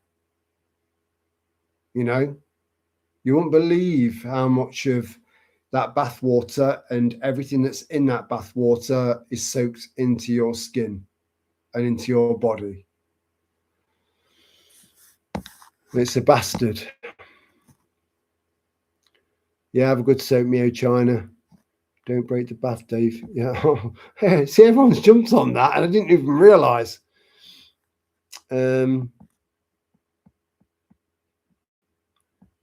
Oh, good night, Matt. I'm sorry if I've missed you. I do apologise, brother. You know what I'm like. But yeah, sleep well and enjoy the rest of your weekend, my friend. Some things seem good, others not so well. Cook's growing okay. However, I had to start more. Slugs eating my first. Yeah, I had the same with my tomatoes. I had to start all out. My tomato crop this year has just been an absolute fucking car crash. Tomatoes should be one of the easiest things to grow. And they did. They were growing. I was like, give me a new home. Gave them a new home, put them out, eaten right down to a stub, dead. So I've got one really healthy, promising looking tomato plant, one. The rest, by the time they've grown into full size, I'll end up with green tomatoes. So maybe a green tomato chutney, you know, something like that. But all of the stuff I've got planted into the ground, which is where it belongs, really, is doing well. It always does well. I'll do a walkthrough of where I've got so far. You know, some of it's quite disappointing. You know, I'll do really, really well with certain things one year, and then the following year they fail. But I'll do really well with things that have failed the previous year. You know, it's mad. It's very, very strange because I don't know what I'm doing differently. But we should be paying attention to what we're doing differently. I think that helps. I think the art of growing your own food, which is so important to anyone that's listening for the first time about prepping, or it's just dropped into this live stream. If you're growing stuff for the first time, you're never ever going to become a master at it, ever. It's a lifelong learning process, especially when we've got loads of other things to take into account around us, you know, that are trying to hamper us and hinder us. You know, all of a sudden when you're like, Terry, you need to go for a wee. And I'm like, no, I'm all right. And then all of a sudden it's like, no, you need to go. So bear with me. I'll be as quick as I can. And we'll see how the top up as well. What's the out there?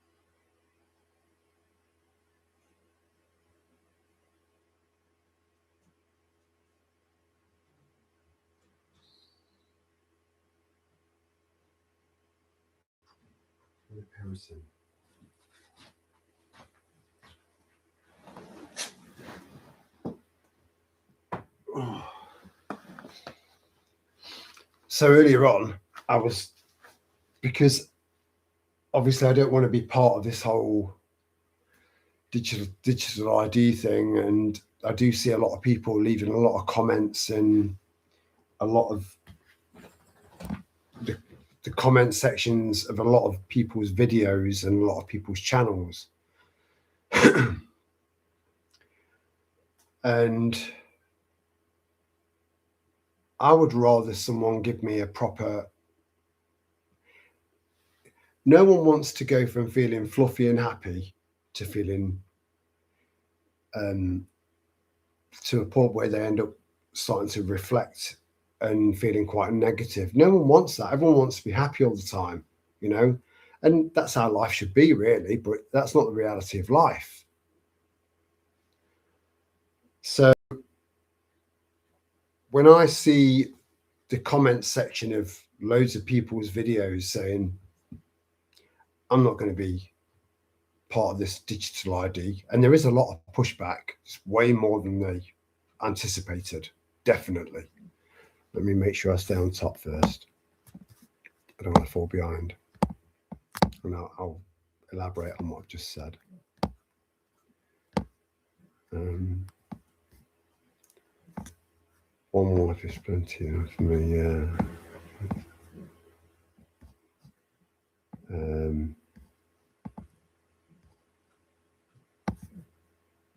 I sowed carrot seeds in a couple of pots today.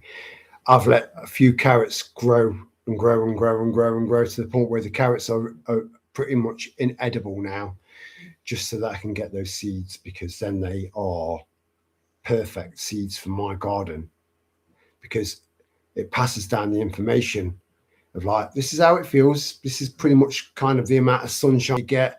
These are the general temperatures. There's so much genetic information that gets passed down from the parent plant into those seeds. Collect those seeds, and then those seeds will produce more and more and more and more, and you can start passing them out to your neighbors and all sorts. Start growing your own fucking food. So these will be the first carrots, I think, that I've let go to seed. You don't need huge space. No, you don't. We need is a windowsill. Yeah, you can do it on a windowsill. Yeah, they do need a bit. Carrots need more depth, and you need to obviously, if you've got a little chanterelle or what are they called? The little stubby carrots, you don't need much depth. But for really decent carrots, if you're going to grow carrots, grow big carrots. So buy deep containers.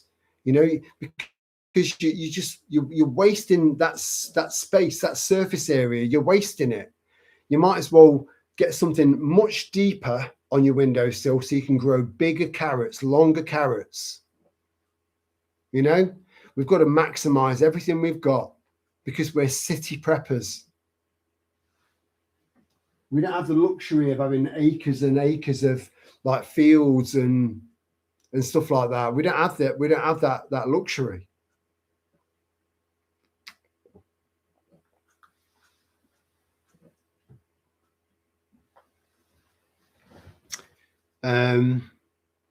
We're still doing something though, Boggs, which is way more than a lot of people are doing. Oh, good night, Matt. Again, I don't know if I said good night. I do apologise, mate. I get behind. You only need a little space, but plus you could plant outside, away from people to forage to. Yeah. Do you know what? All of that guerrilla gardening I did. Fuck me. Oh my God, what a waste of time that was, because the one spot where I knew that I would be able to go and see and check on progress and stuff like that has been sealed shut from me. Impossible to get to now. And all of those little spots that I showed you when I was like, I did a very brief guerrilla gardening video. if I did a video of all of those spots where I planted various seeds, mainly beetroot, it's just kind of gone. Everything's grown way quicker than any beetroot could grow. So it would have been, all of those seeds would have been starved of sunlight. However, as long as they germinate, when everything else starts to die off, that beetroot will still stay alive because it's a root vegetable. So I'll get to see any potential fruits of my labor in autumn when everything else is dying back. But again, there's loads you can get in autumn as well. You know, you've got to just look at the seasons, and we've survived without any technology. You know, fuck me, we can do this. Little space. My tomato seeds didn't start. However, I used soil that I had last year's. Something had tomatoes pop up in my straw, blueberries and raspberries. Hey mate, wherever they grow, you know, if they just grow, if all of a sudden you see a tomato plant growing in your blueberry pot, right, or your strawberry whatever, right, I don't know what they're called, you know, when they kind of go down in stages and they're all, it's like anyway, that tomato seed has germinated in that specific spot because it was happy. It's like, yeah, I like it, yeah. You're going to get the best tomatoes from that plant. Whereas you're forcing that seed into that little pot. You're forcing that seed into there. That, you know, the best plants you can possibly, the best edible food that you can possibly ever eat is stuff that's just self-sown. It's light where it's landed. But yeah, I like that, Jordan. I like that. Has Alana gone to bed already? Oh man, I'm missing everyone. Everyone's dropping off.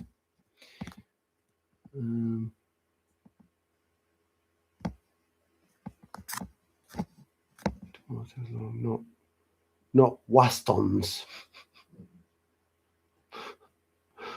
I don't know what a waston is. I'll have to look it up. Wow, you will have to have lots of tomato plants and a lovely free gift. Yeah, and it is a gift. It's a gift from nature. It's pure. Look, we can't survive without food, and we're being poisoned by our supermarkets. We're not being poisoned anywhere near as much as America is. You know, they are poisoning their population severely. They really, really are. Because out of the 5 eyes, I don't know why I went like that, it's fucking 10, you know. Out of the 5 eyes, the only one that's left that has a law in place, so do we, by the way. It's just buried under acts and statutes to bear arms. And they know that Americans are very, very, very, very, very patriotic people, generally speaking. So trying to get Americans to give up their arms by producing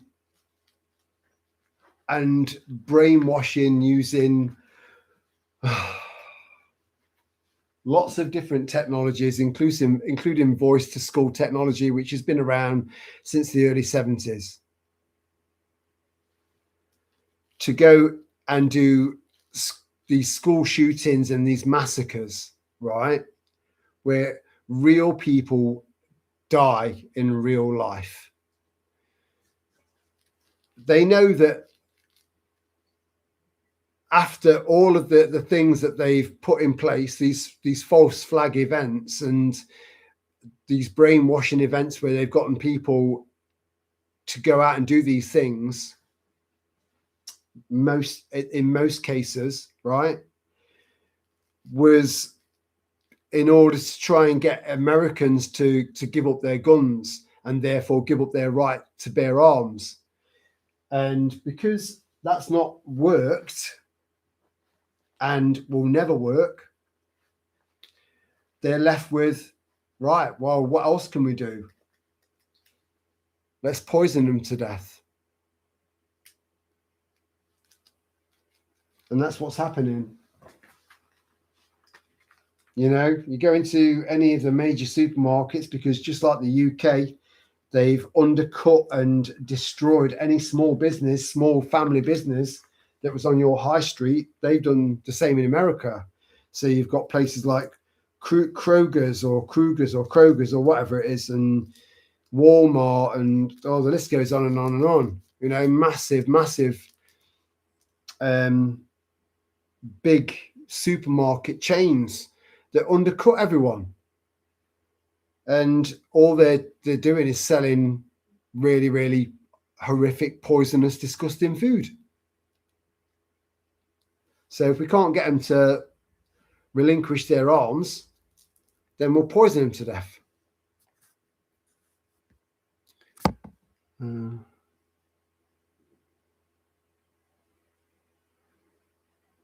I've started with an old toolbox in the window. Mint and spring onion, good combination that.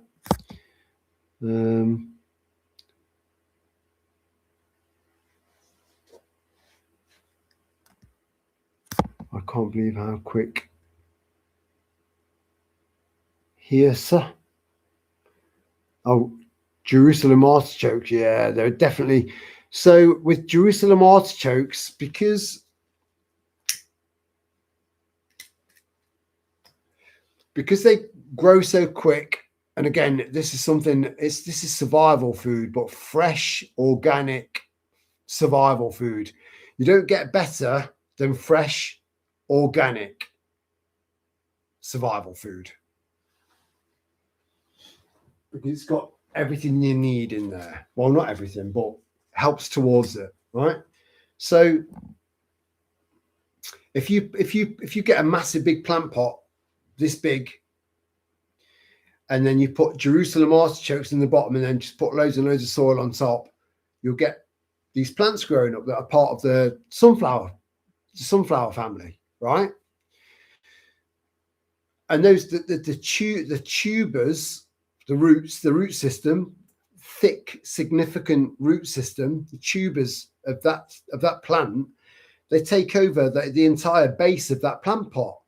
And if you don't harvest them, it becomes too truncated with roots to the point where the plant's going to die, and then you're going to lose all of those Jerusalem artichokes, which has got nothing to do with an artichoke, right?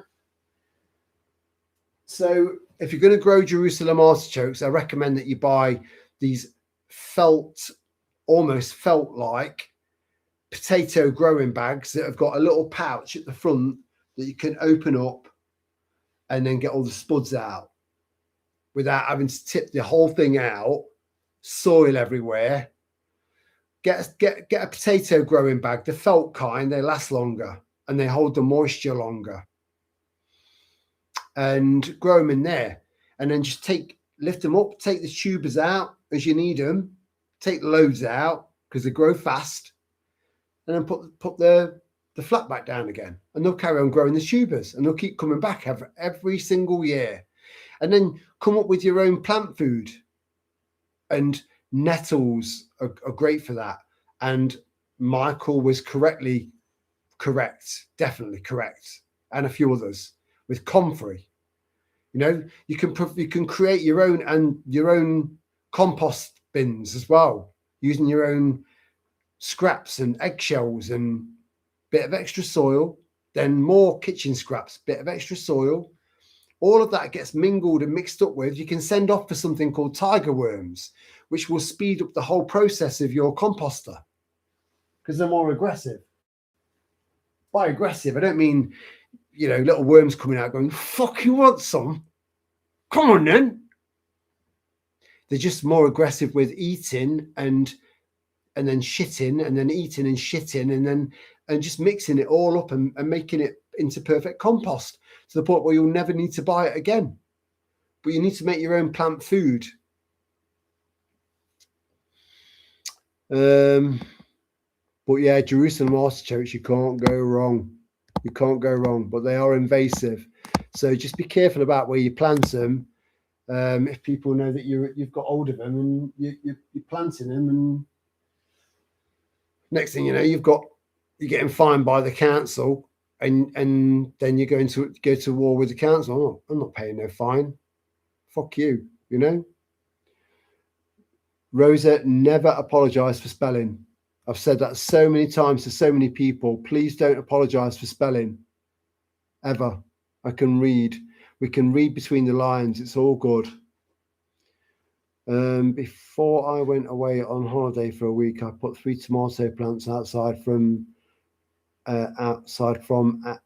of the greenhouse. I put another 3 on the windowsill inside to protect them. Only 3 outside survived. It's because that's where they belong.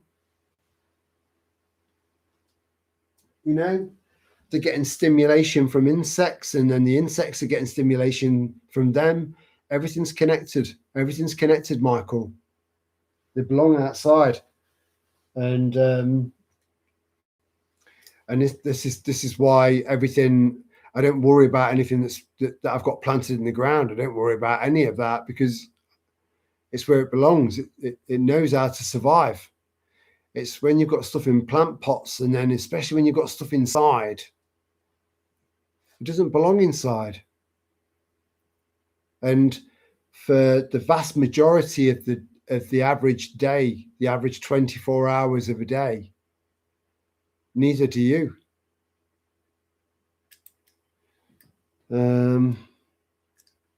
For good free containers, I use the recycling boxes from my local council.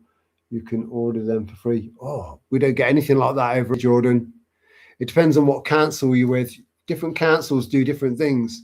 So my dad's under a Nottingham council. He gets an extra little plastic box where you can recycle batteries. Whether they actually recycle them or not is another question. I doubt it very much. It's just them trying to continue to brainwash people into thinking that the green agenda is a very real thing, and they're putting the effort into to recycle batteries, which is a load of bollocks. I think you had four bins, something like that. Now I've got extra bins, but I'm utilising those bins for my use, not for, like kitchen scraps, food waste. I put those in I put that in composters. I've got 3 very large composting bins. Whereas the rest of my neighbours, when it's food scrap waste bin day, and they put their, I walk up the streets going to the shop and I see them all out. I'm thinking, you bunch of cunts. You fucking wastes of space. You're doing nothing to help yourself. Nothing. Whereas all of those scraps, all of those that kitchen waste, that will go straight into a big, massive place where it's all dropped off. And then that will all be collected up and then sold on to pig farmers at a profit.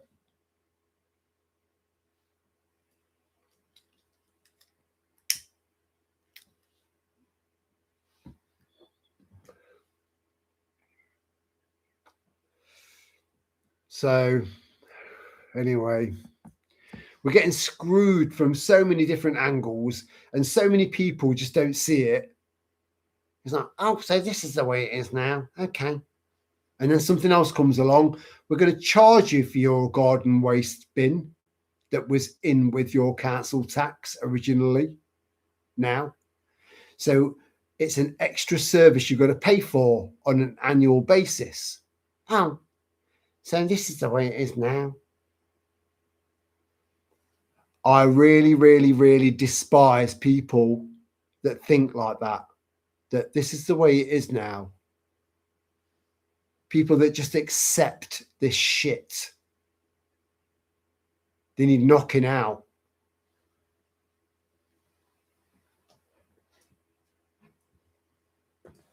Never accept any of this shit. Anyway,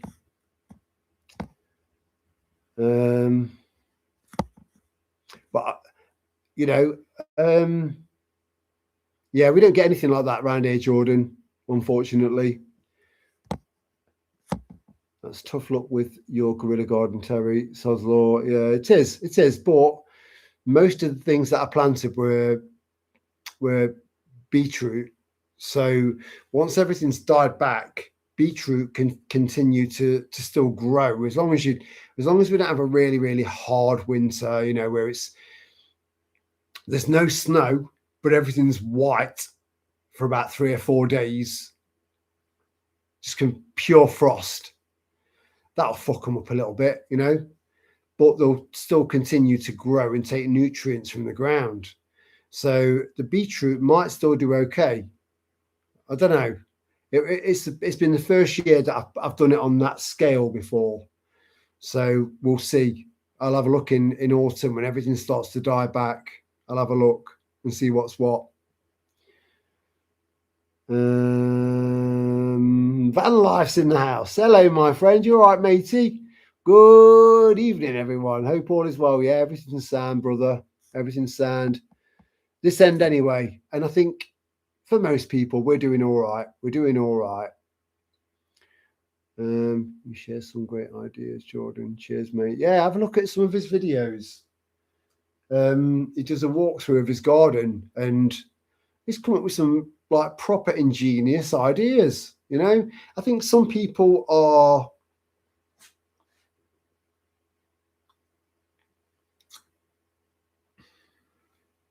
can think outside the box better than others. But then I think some people can think outside the box better in this area than this person or man or woman. I don't like the word person. This man or woman can think outside the box better in this area than this one can think outside the box in that area. Again, this is what makes us rich as a community. And then sharing those ideas so that we all flourish. We all thrive. You know? But yeah, he has come up with some great ideas. And now that I've got a visual of what he's done, it makes sense now. I'm thinking, you're blocking all your fucking guttering up, mate. You're going to end up with waterfalls coming down out your windows, off your roof, when it pisses it down. But it wasn't like that at all. It was ingenious. Anyway.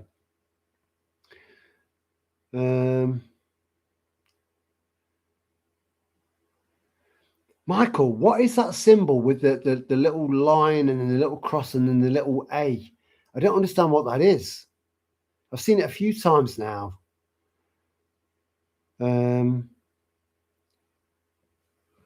I haven't missed much, mate. Not yet. I'm going to collect some free brown bins for storage. I will probably have one bin full of small sticks and pine cones to start the fire come winter. Do you know what, Ruth? You strike. I'm not sure if you've told me if you have or not, but you strike me as someone that's got a Kelly kettle. And anyone that's got a Kelly kettle, just start collecting pine cones, start collecting twigs and sticks and all sorts of stuff, and then try and find somewhere where you can keep them sheltered and dry, because then you've got a never-ending supply of fuel that can not only cook your food but also boil water at exactly the same time in the most efficient way possible. They are incredible.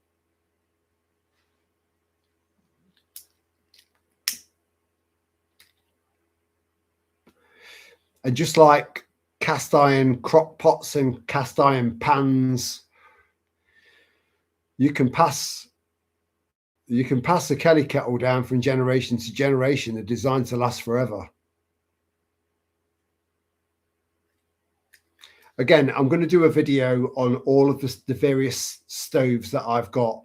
Anyone new to prepping, you've got to have a backup way of cooking, a backup way of boiling water and making water safe. And you've got to have a backup stove. And then you've got to start thinking about the fuel for that stove. So I did again, to anyone that missed what I was saying earlier on, I did a 20-minute video. Well, it was nearly 25 minutes. And then my battery died on my phone whilst it was plugged in and charging. I was so fucking angry. That phone nearly became a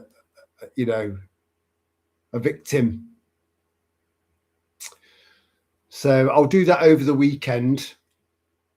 And I mean, I meant to be at the caravan, but I offered to, someone asked me to do a favor for him. So long story, when you offer to do favors for people, the vast majority of the people that are listening to this live stream now, generally speaking, are likely to be giving people that give. And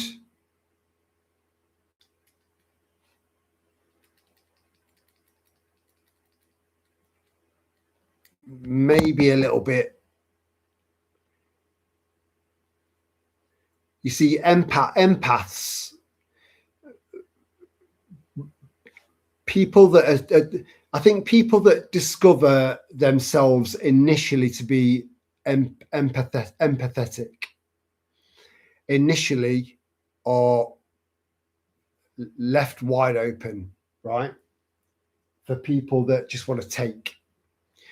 And as time goes on, and you get older and you get wiser and you get stronger and smarter,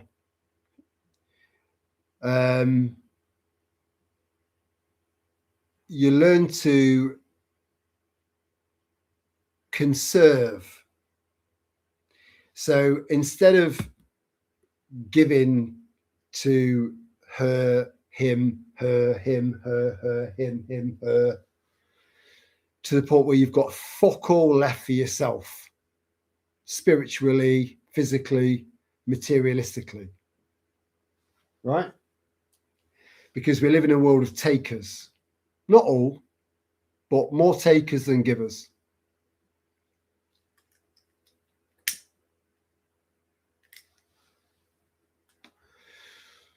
And a lot of you will relate to this. So you get a call out of the blue or a text out of the blue. What are you after? That's your first thought, because you get good at identifying patterns. Really good. So you automatically jump, depending on the individual, you start thinking, what are you after? Let's cut through the bullshit. What do you want? Because you want something. You're not just contacting me to say, how you doing? You're not doing that. So eventually we become, as empaths, we never lose that sense of compassion and humanity. We never lose that. It never leaves us. A genuine empath never loses those beautiful human traits that we need to keep alive. We never lose them. But what happens is, further down the line, we end up becoming more and more selective about where we give, and who we give to. We get more selective. We start to weed out the piss takers, the takers that don't ever give, the selfishness.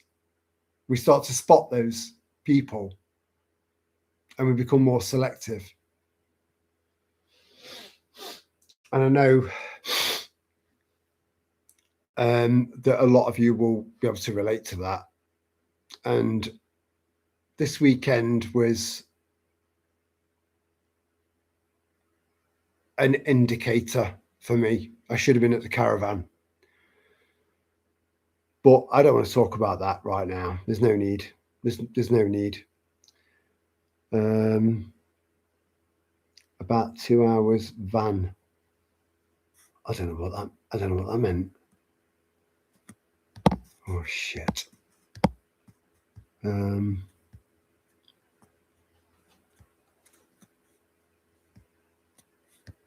Michael and van life, get a room and plenty of lube.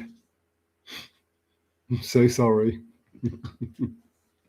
I do love that brotherhood thing. I love it. Fucking love it. The world needs more of it. Rosa. Oh my God, thanks. Didn't know that. Yeah, I didn't know that either. That's good. Hey, darling. That's a good idea. Butterfly make good storage bin. Yeah, they do. I turned a water butt into a, because I didn't realise that I could use plastic milk bottles as molten plastic to repair water butts. So I've saved up loads of those specific milk bottles that pretty much all milk comes in now. Save that, get yourself a little I've not got it in here, but get yourself a little Bunsen burner thing, you know, a little, and so you can make the plastic molten and fix any gaps. But before I knew that, I thought I had a fucked water butt. So I turned that into a composter.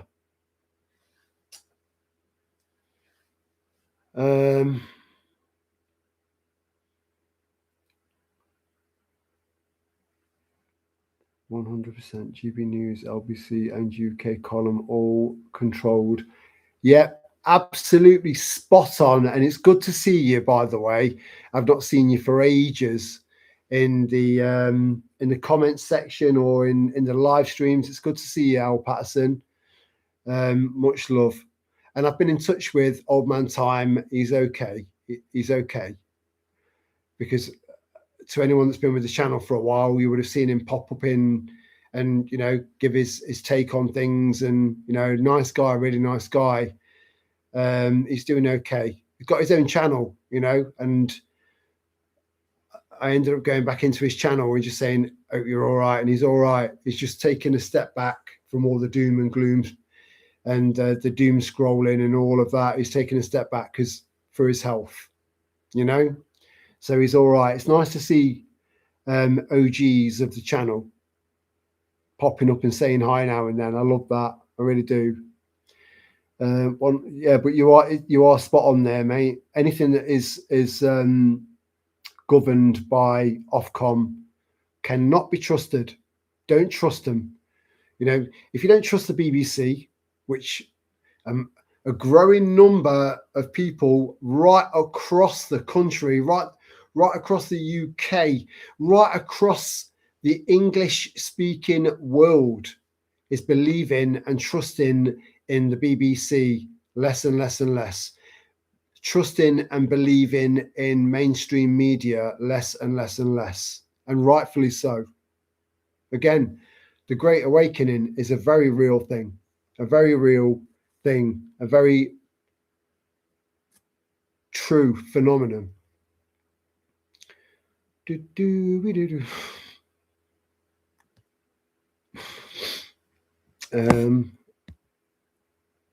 I try to recycle what I can before it goes in the bin.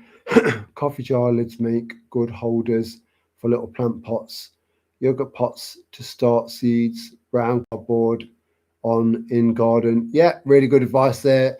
Especially the cardboard. As long as you've got rid of all the sellotape or any plastic tape that's on there. Amazon are starting to use paper tape, which is biodegradable, but the worms love it. You know, if you can keep the worms happy, your garden's going to be happy. But again, it's about trying to draw the line with, right, I want to say this, that, this, and that for the garden, to the point where you end up with more trash really than you need, you know. Balance. My first gutter style system was the back of some old speakers I used to grow chives. My old Henry Hoover dwarf beans in it this year. I love that, you know. See, just utilizing what you've got, just thinking, right, before I throw this away, what could this be repurposed? And if so, how? And this is all part of the critical mindset, the critical thinker. It's all part of it. All right, Baba. Just come on. You're coming up. No, you're not shagging my leg. No, that's not happening. It brings back horrible memories of a Rottweiler. Excellent, Jordan. It's good to recycle. Yeah, it is. Recycle and upcycle. No point throwing something away. Yeah, but most people do. That's it's such a fucking irritation though. It really is, mate. Look out my bedroom window and look across everyone's gardens, and the only people that are growing anything are people that are really struggling to grow stuff because they've become quite old and frail because they're old school. They know that growing stuff in their back garden is best for them. Whereas anyone, you know, pretty much my age and younger, they just, you know, pave paradise, put up a parking lot.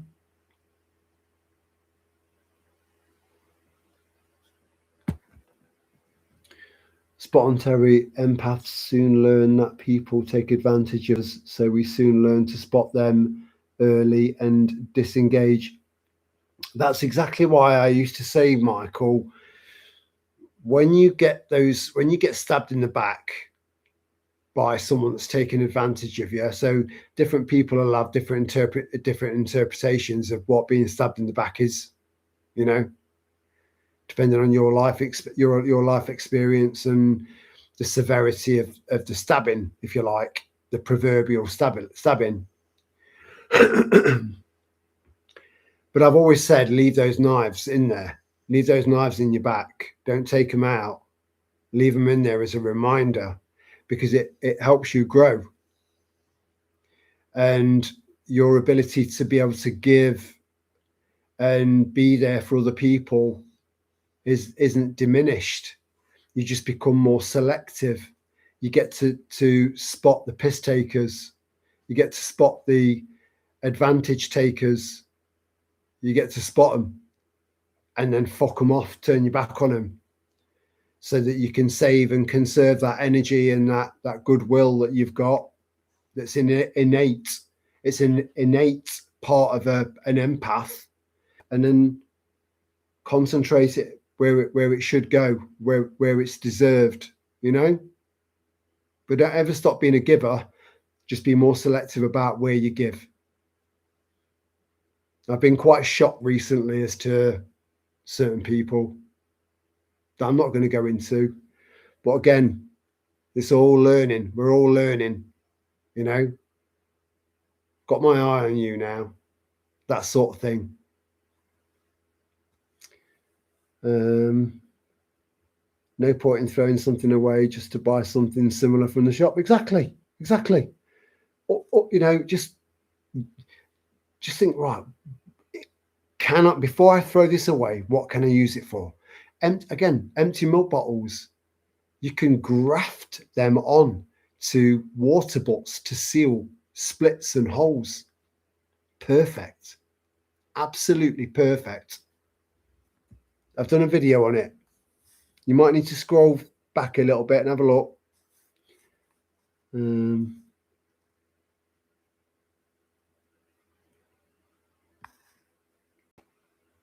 Oh, it's kind of a bit funny.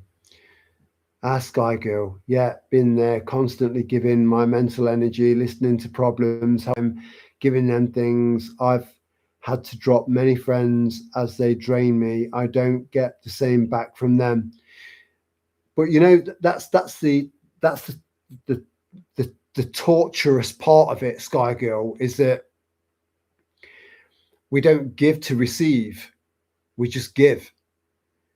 Um, so we don't necessarily expect anything back from anyone, really, because we give we give unconditionally.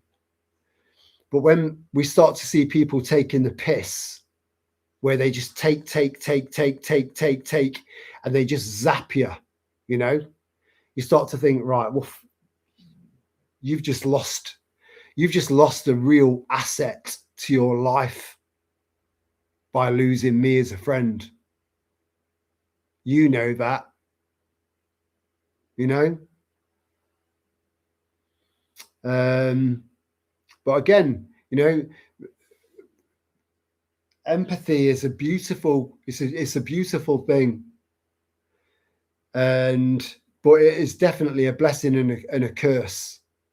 You can look at empathy and then look at a yin yang sign, and they go hand in glove. So, but it's I like the way that you've just emphasized on that, Sky Girl, because I think you're absolutely spot on. You've nailed it that in that comment. Don't underestimate and piss off empathetic people. It will always be your loss. Yeah, see, I didn't even read that before whilst I was responding to Sky Girl's comment. It's the same. Yeah, it's spot on. Plus, a lot of people think that empaths are soft. You know, that's a very, very, very, very big fucking mistake to make. A big mistake. Just because you're an empath doesn't mean you're a pussy or you're soft. We can not only be your strongest possible ever ally, we can be your worst fucking enemy, and everything in between.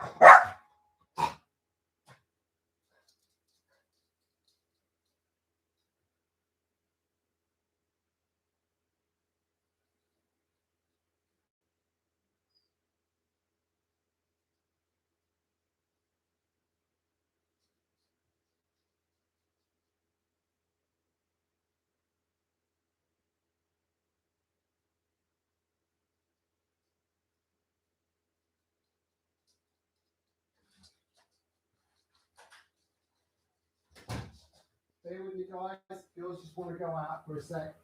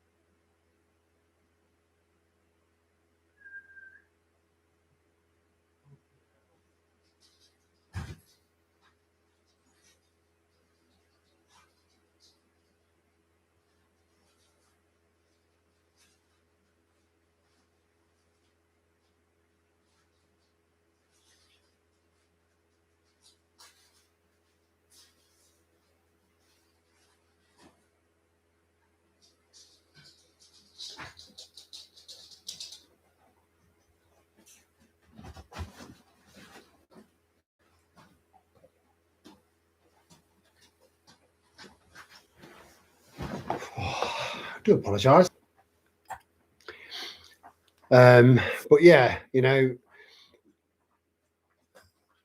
empathy is a beautiful thing, but I think over time, when you've had enough people take the piss and take advantage of your kind nature, eventually you become very selective about where you offer your where you offer your empathy.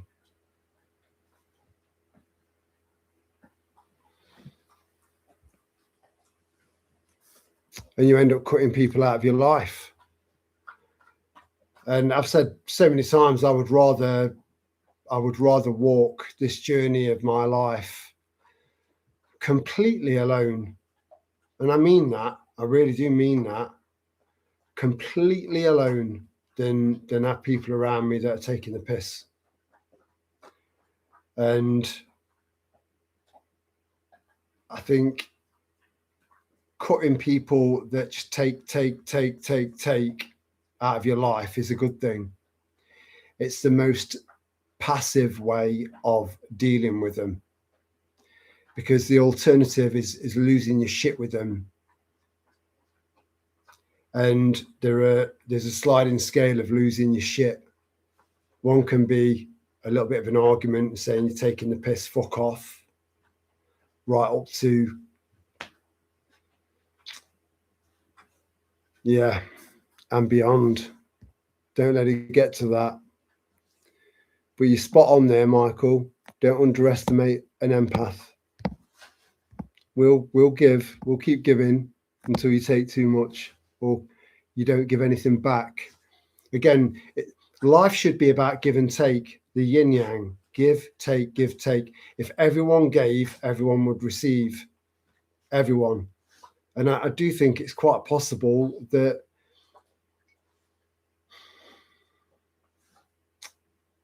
that might exist in some parts of the world that are that's remained quite primitive, you know,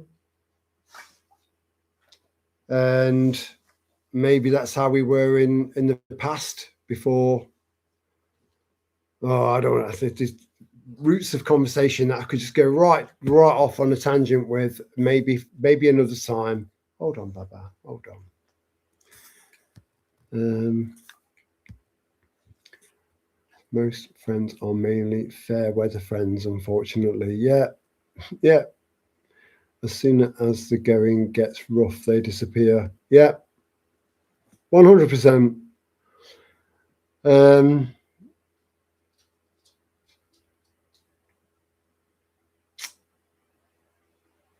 I think a lot of us are,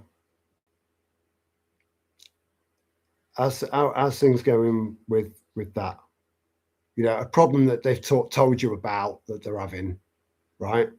As things going with that, and then they offload, right? But it's very, very, very, very rare.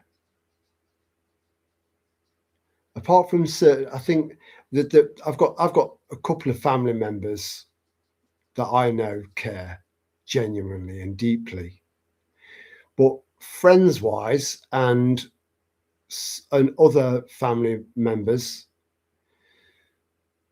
it's there's never really, not really, a genuine out of the blue, how you doing, how you getting on, unless it's leading up to a favor. I think being an empath, for starters, only comes about through suffering. I think you end up that way. Although, no, I take that back. I think that some of us were quite possibly born that way. Anyway. But yeah, you spot on there, Dave. And I think we can all relate to that comment. I agree, experienced that firsthand over the years. See, you know, Sky Girl, hi Terry, thank you. You are a legend. I'm not a legend, I'm just a bloke. Also, who were you referring to when you say Father Time? Sorry. Old Uncle Time is what it was. His name was that came up, like, you know, our you come up as at L Patterson. He came up with old Uncle Time. I can't remember, or Washam Good, and he was a regular, and he disappeared, and because we tend to get used to familiar names and familiar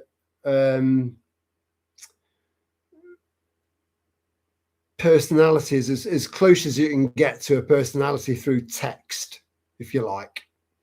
And he disappeared, and it makes you wonder again. It's the empath again. You think, did I say something that kind of offended him, or, you know, you start to put the blame on you. You start thinking, did I say something that offended him, because he was a nice guy, and, you know, but then you start to you go over to their side, which is what empaths do. Go over to their side and find out what's what. Put the effort in, put the legwork in, and find out that it had nothing to do with anything you've said, anything you did. They just needed to step away from all the doom and gloom and the doom scrolling. They needed to just try and find what it was that made them feel happy and relaxed and calm and peaceful. To some people, that's music. To some people, that's art. To some people, that's just hobby. To some people, that's getting out into the sticks and going camping and surrounding themselves and enveloping themselves in nature. The list goes on and on and on. So he was a regular to the channel, and then he just disappeared. Nothing. So I just found out that he's okay. I was just worried. He was all right, you know. He's all right. He's fine. He's doing okay. He's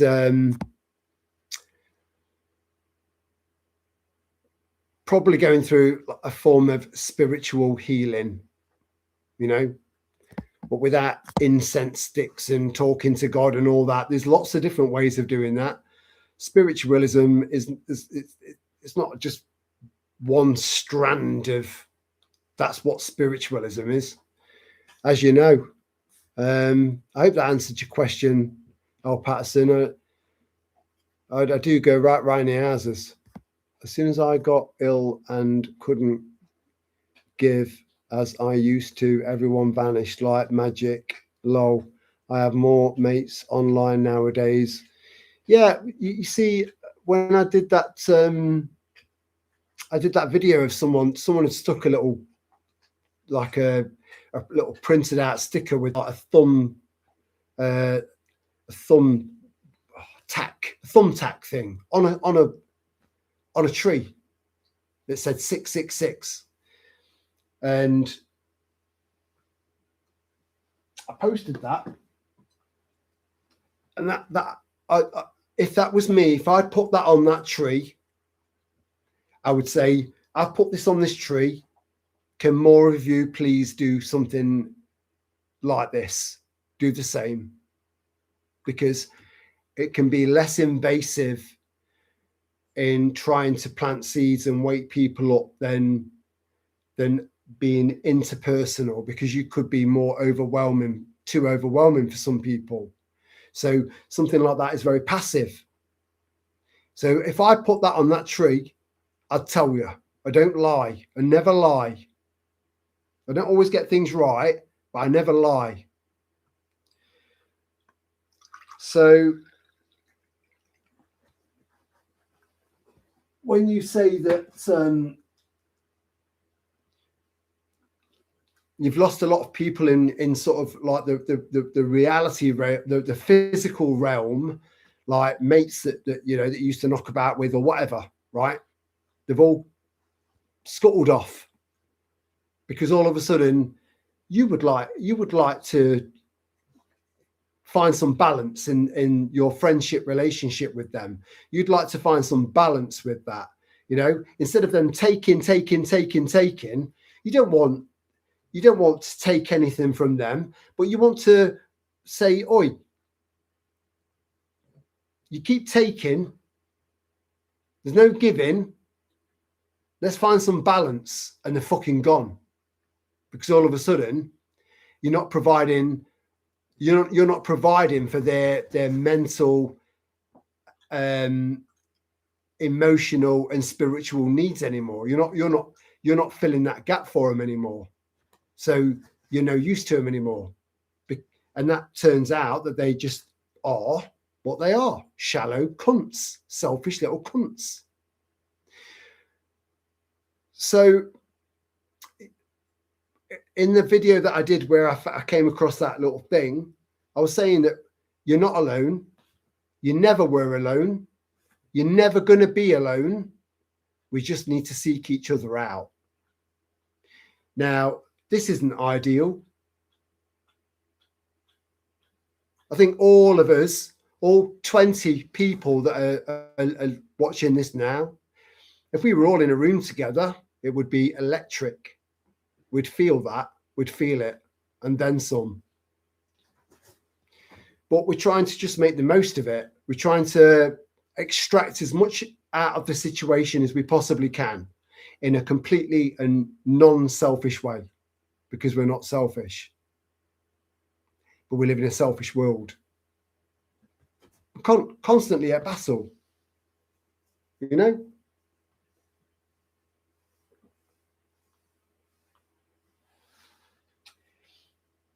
But I'm in a very, very similar situation.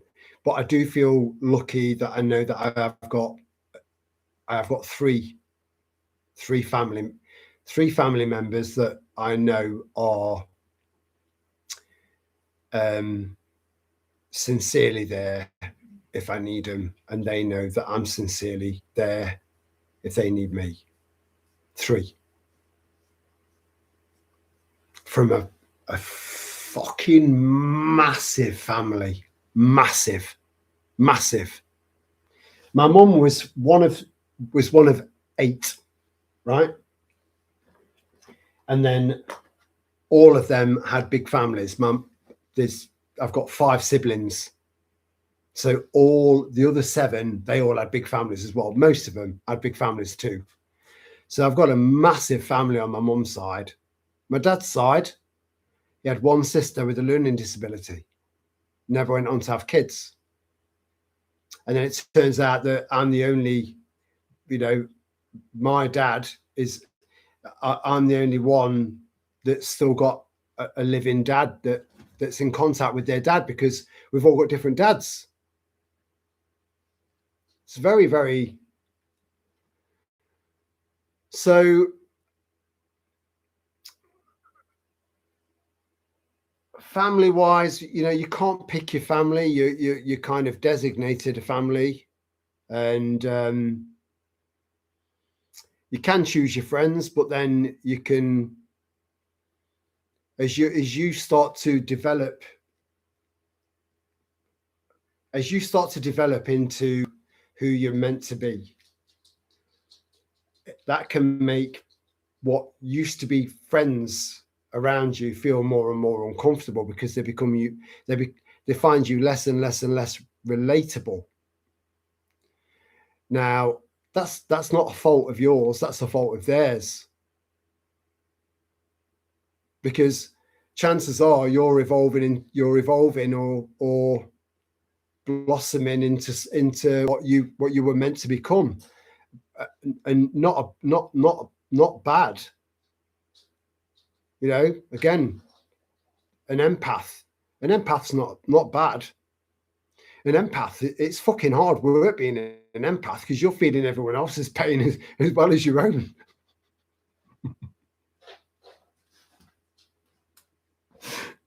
But unless you're an empath, you wouldn't even understand that concept. You wouldn't even be able to get your head around it, because you know, a lot of people are narcissists. They're just selfish fucking cunts. They're just selfish people. They'll never ever truly understand the psyche of an empath, because they're the complete polar opposite of one. So everything that's happened over the last 6-7 years has really, it's really displayed everyone's true colours and then some, which is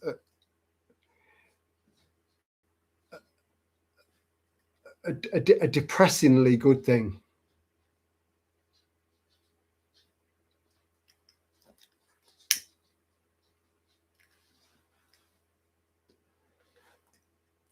I mean, when could you ever say a sentence like that? A depressingly good thing. Again, only empaths understand empaths, but people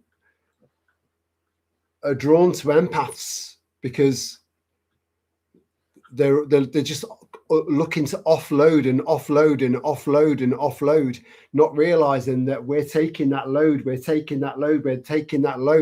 and trying to give them options and trying to give them advice and trying to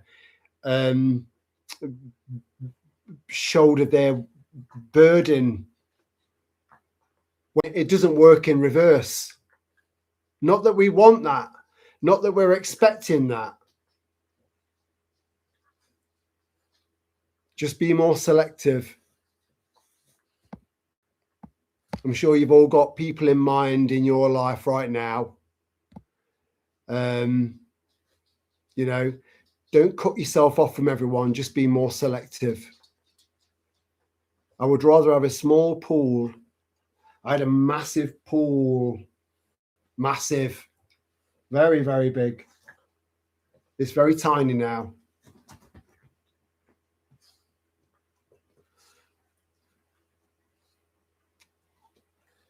Very, very, very, very small.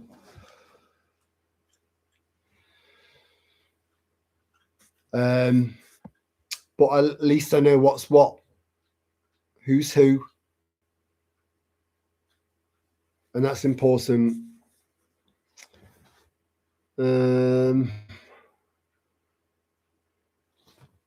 Wow, I forgot that advice you gave Terry. Leave the knives in. It's so apt. It is. I think some people might disagree with that concept, Michael. Forgive and forget, live and let live. It was what it was. I've learned from it. They've learned from it. Blah blah blah. We move on, and my take on life is going to be individual and unique to me. Your take on life is going to be unique and individual to you. We're all different. We're all unique and individual. That's just a method that I've used because it works for me. It might not work for everyone else, because some people,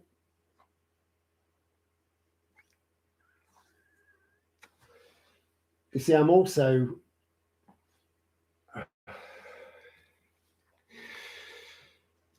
I can be quite vengeful as well. If you stab me really hard from nowhere in my back,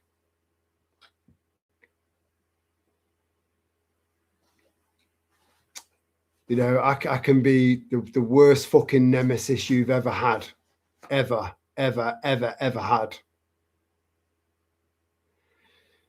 So I'm working on my self-control, because I am not a forgive and forget kind of guy.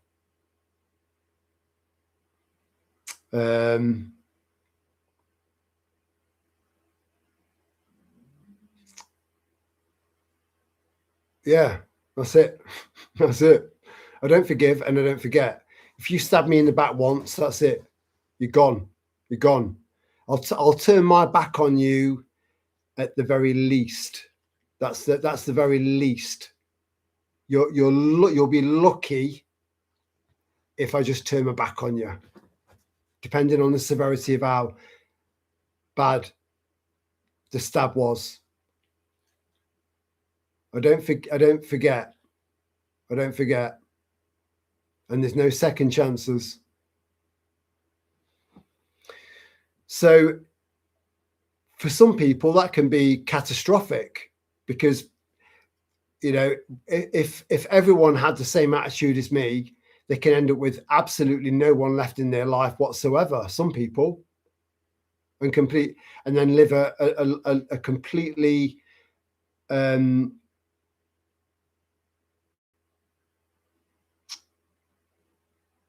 like a very, very lonely and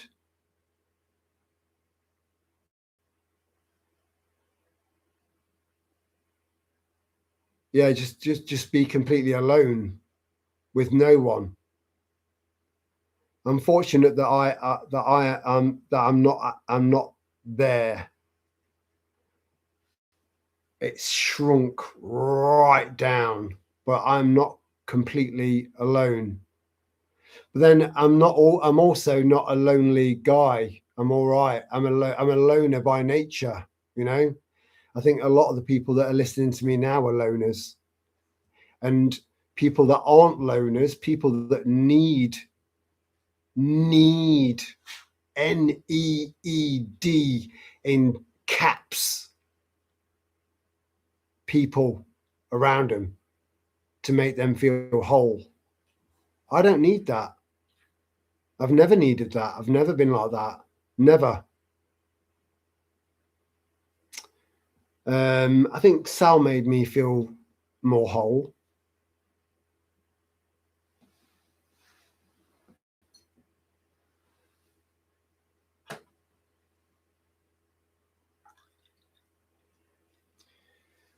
What you learn from that?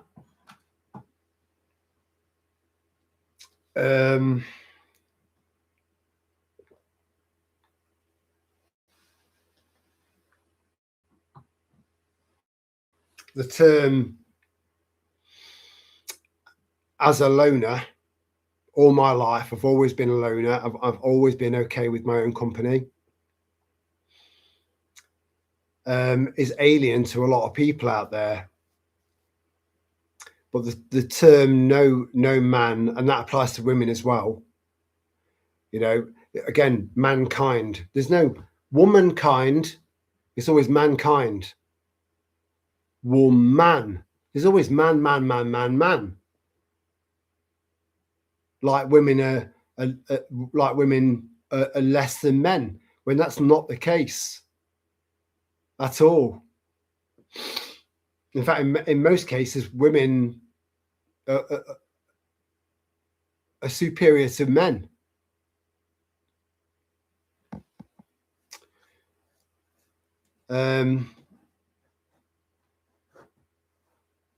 But being a loner to people that need people around them to give them substance, to give them to make them feel more whole.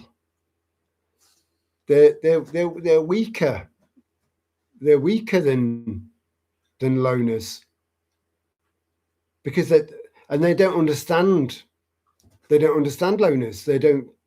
They just can't get their head around how someone can be alone and not feel lonely or alone. But the saying, no man is an island, applies to men and women, and it is true. That yin yang symbol that you see in the corner of your screen is unity. If you're watching this on a telly, or an iPad or something like that, or like a tablet, if you're watching this or listening to this on something like that, and you've got your phone free, type in, just Google, what is the symbol for harmony, which is something all of us are searching for. Type that in and see what symbol comes up for harmony. Harmony is something that we are all chasing, and that can only be found from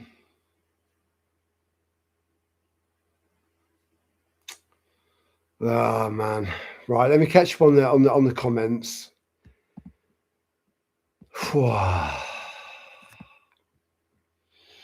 Hi Jordan, yeah, had to ditch life draining mates. Yeah, I found when I gave up selling weed. Wow, yeah, got something in common there as well, mate. I think a lot of us have got a lot of things in common, and I do believe that like attracts like. I do, which is why I think it's important that we keep these live streams going. And do you know what? I had and just going off topic to come back on topic. I was having a think the other day that they have the capability now to create. They have got the ability to create a live stream now that I've never done, and then put that out with all my mannerisms, my face, my voice, my general approach to live streams, and the general sort of conversations that I have, to the point where I thought, should I knock this on the head altogether, just in case they do something like that?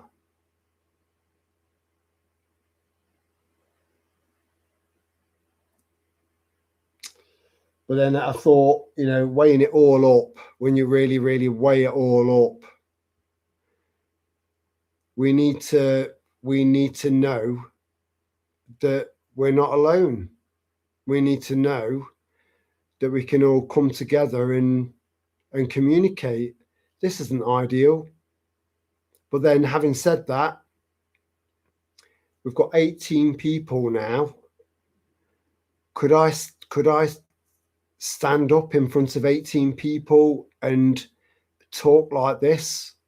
I don't think I could, because there is a believe it or not, there is a shy side to me. There is a shy side to me. You will know. You'll know if I'm in the room. You'll fucking know I'm in the room, because I'm larger than life. I'm quite a big personality in a room. But I think that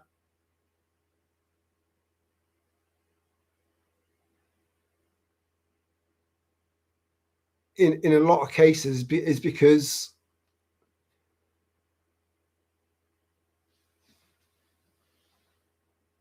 I'm trying to sort of overcompensate for awkwardness. But most people wouldn't recognize that, because most people haven't got any depth.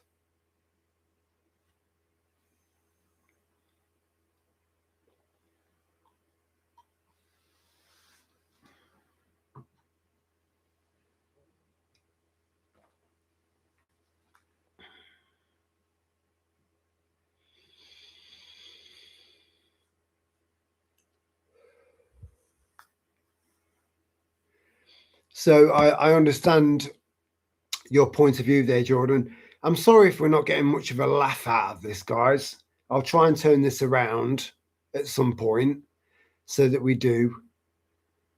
I think that sometimes it's not a bad thing to go deep and open up a little bit. It's not a bad thing.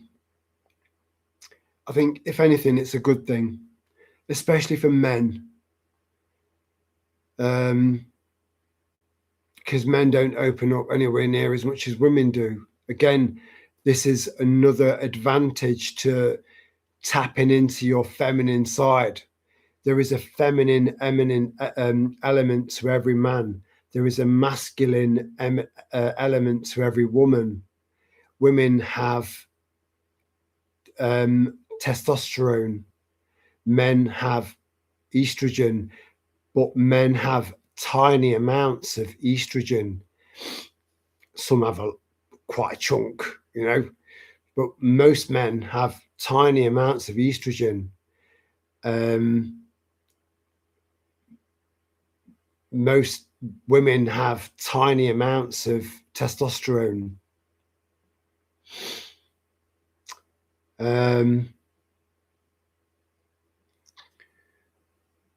Again, it's about balance. If you can try and find that balance without being too feminine as a man, you know, don't be a fucking feminine man, be a man. Men appreciate femininity in a woman. They love feminine. Anything that's strictly feminine about a woman, I find very attractive. From the female form,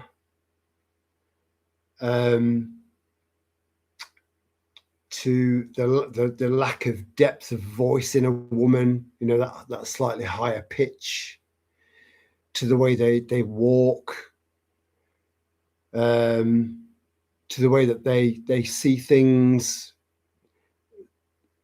that the yin to our yang, or that they're yang to our yin, that makes us, we make women complete, women make men make women complete, women make men complete. We've both got something different, a different angle to bring to the table, but we've also, as individuals, got that femininity and that masculinity as men to balance that out within ourselves without women. And women have got that masculinity and that femininity to balance out within themselves to make themselves complete. So we can make ourselves complete without women, and women can do that without men. So if we can do that on our own, whilst being with a woman, whilst a woman being with a man that's like that, that's perfection. That's absolute balance. Fuck me. I do apologize if I went off on one there, guys, but I do think that what I've just said is true. We've got it. The thing is, with men, we hold so much in. We don't like showing emotion. We don't like showing weakness. And this is why, you know, you're 6, 7, 8 times more likely to commit suicide as a man than you are a woman, because women will generally allow their emotions to flow. Men don't do that when they should. They should, and they need to. There's nothing wrong with crying. There's nothing wrong with that. As long as you're a strong man, strong. And you can only get strong as a man through suffering and coming through the other side of it. That's where true strength comes from. Suffering. You come through that suffering and remain strong, but being mindful of the fact that you've got to have the ability to be able to let your emotions flow. Everything is about flow. Women generally will, you know, there are some stubborn women out there that won't openly let their emotions flow, but it's very rare. Most women can flow with their emotions. Men don't. They bottle it up. They bottle it up and then they pop. And it can go off in all sorts of directions, and sometimes a direction that there's no coming back from. Don't go down that route. Let it flow. There's nothing wrong with it. Don't be ashamed of crying. And good women, really good women will appreciate that. Proper women, good, solid women will appreciate that. To see that side of you. Whoa, fucking hell, I've got to try and pull myself out of this one. No. Oh dear. But it's the truth. It's the truth. And if there are any women that are listening to this now, please be honest and genuinely honest. Don't fuck about. Don't lie for the sake of it. Be honest and tell me if what I've just said is wrong or untrue. That all women don't want to see men crying. They don't want to see the soft side of a man. They don't want to see the delicate side of a man. They don't want to see the boy.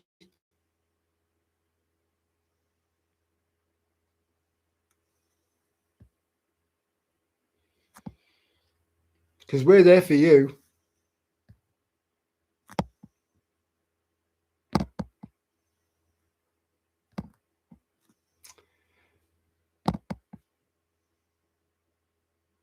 Dark empath can result. Yes. As short and simple as that comment is, it's a powerful one, Rosa. Don't fuck too much with an empath, because just because they're an empath, it doesn't mean they're pussies. It doesn't mean they're soft. It just means that they want to try and make the world a better place. They want to try and make people happy. They want to try and give to try and create some sort of fucking balance, good balance in the world that's got no balance. We want to try and be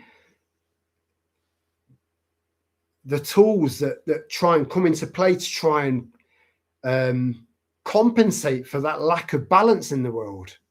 It's fucking hard work.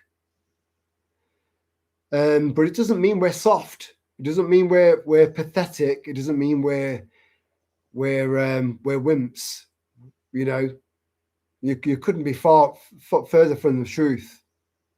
You know, I'll tolerate so much, and but my wrath.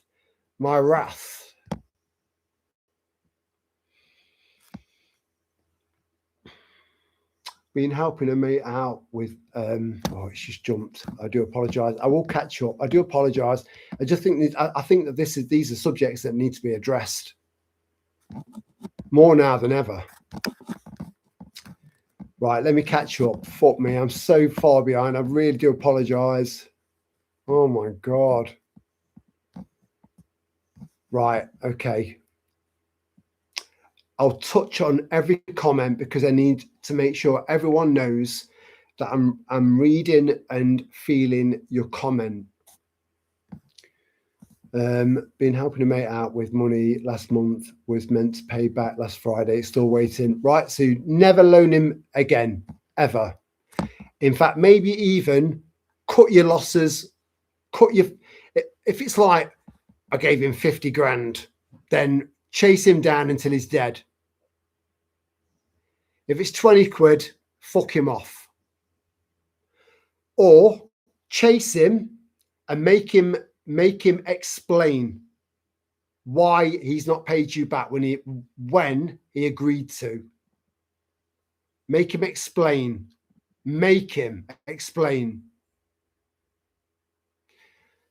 tip that armadillo upside down, find that underbelly and say, explain to me why you've not paid me back when you said you would.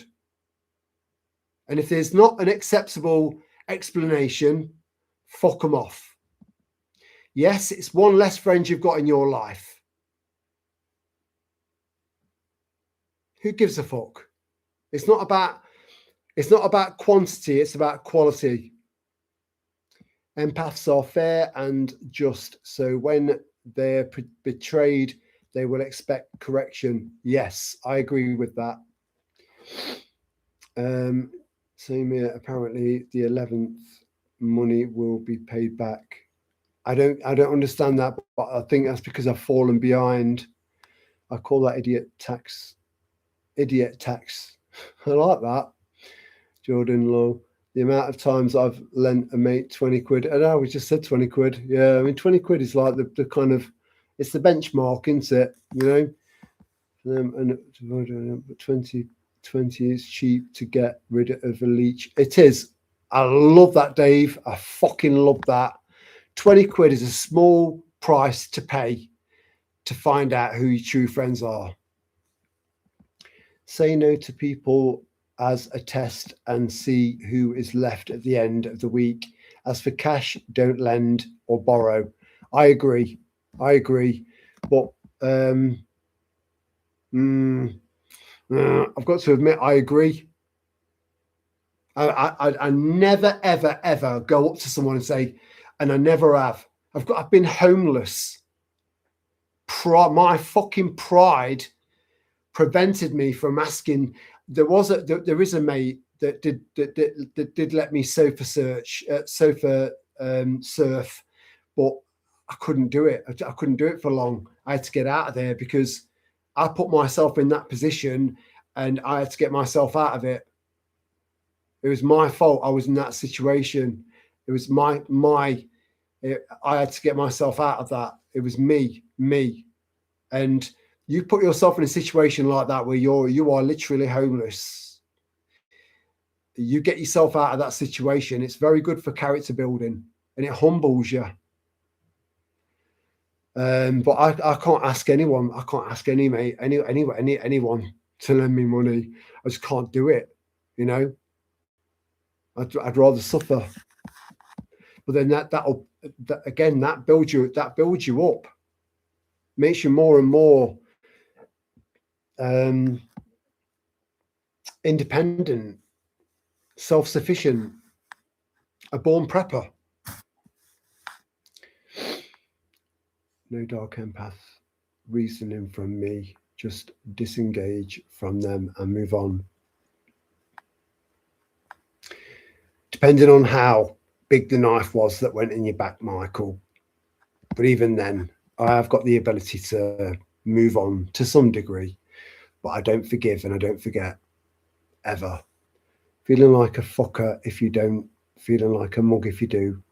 Hope you get it back. 11th, my stepdaughter's birthday. Timing, you know, not helping him again. Yeah, see, we learn from these people. We get to find out. One thing that's come off the back of COVID is the fact that so many true colours have been shown. So many. You know, people that we thought we could relate to and rely on turned out to be the complete opposite of that. So all of a sudden, unrelatable and definitely cannot rely on them. Again, it should always boil down to quality over quantity. Those who are still around, not all of them, but the majority, whether that's one or two people, you know, will be there because they still love you. They still respect you.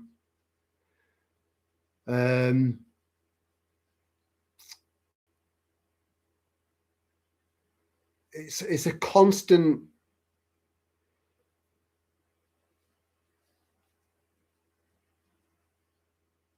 it's a constant case of adjusting, adjust, adapt. And there's a third one, which is gone. If you're not able to adjust and adapt, and you stay rigid and stagnant moving forward, chances are you're not going to fare well. You're going to really struggle, if not crumble and fuck up into nothing.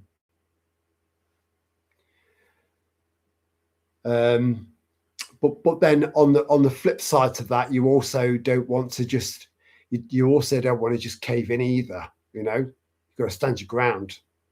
So trying to adjust, adapt, and pivot. That's it. Fucking hell. The power of 3.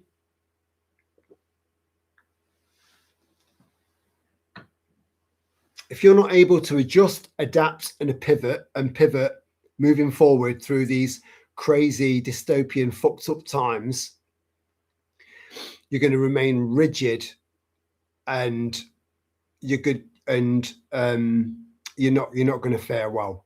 You're really not. But on the flip side, you also don't want to cave into piss taking, parasitic leeching fuckers either. You don't want to tolerate people like that. You're going to need to conserve as much of your mental, physical, and spiritual energy as you possibly can moving forward. It's essential. I think everyone can agree that this is a spiritual war. So surround yourself with spiritual people, or at least people with some level of depth. And even if they've not got a great deal of depth, as long as they're not backstabbing parasitic cunts, keep them in your life, because they're there for a reason. But even those parasites and those backstabbers, they were there for a reason, to humble you. You get ads coming on YouTube channels and stuff like that, and then you've got ads coming on, this is a bit random, right, coming on American TVs, in between the programs, saying, brought to you by Pfizer. I should do a brought to you by whatever antihistamine is going around. I need to source some local honey, because I haven't had hay fever for years, and it's just suddenly come back. But your body, say 10 years ago, is completely different to what you've got now. It rejuvenates everything. Everything does. So you can go from being allergic to this, that, and that, and having a slight intolerance to that, to having none of those problems anymore, but then having a problem with that, and that. But then a lot of that's got to do with the food and the poison that they're putting in our food and what they're injecting into us. Not needing cash anymore, or lending cash anymore. Saving up for a solar generator, or try get driving. Yeah, mate, make whatever it is that's going to enhance your life. It's not selfish. It's self-full. The better you are for the people around you that are going to need you further down the line. Self-full is a beautiful thing, but selfless is a beautiful thing as well. But selflessness leads to parasites and people taking the piss. Whereas being self-full is a perfect balance between being selfish and selfless. Self-full is a perfect balance between the two. So selfish is the dark part of the yin yang. Selfless is the white part of the yin yang. Self-full is the line straight down the middle of the yin yang. Perfect balance.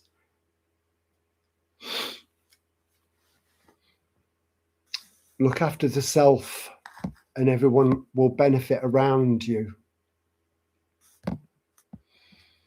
It's nice to help friends, but sometimes they can act an idiot and would rather have a few quid than a proper friend. I know there's a lot of shallowness, the lies they tell, victim complex.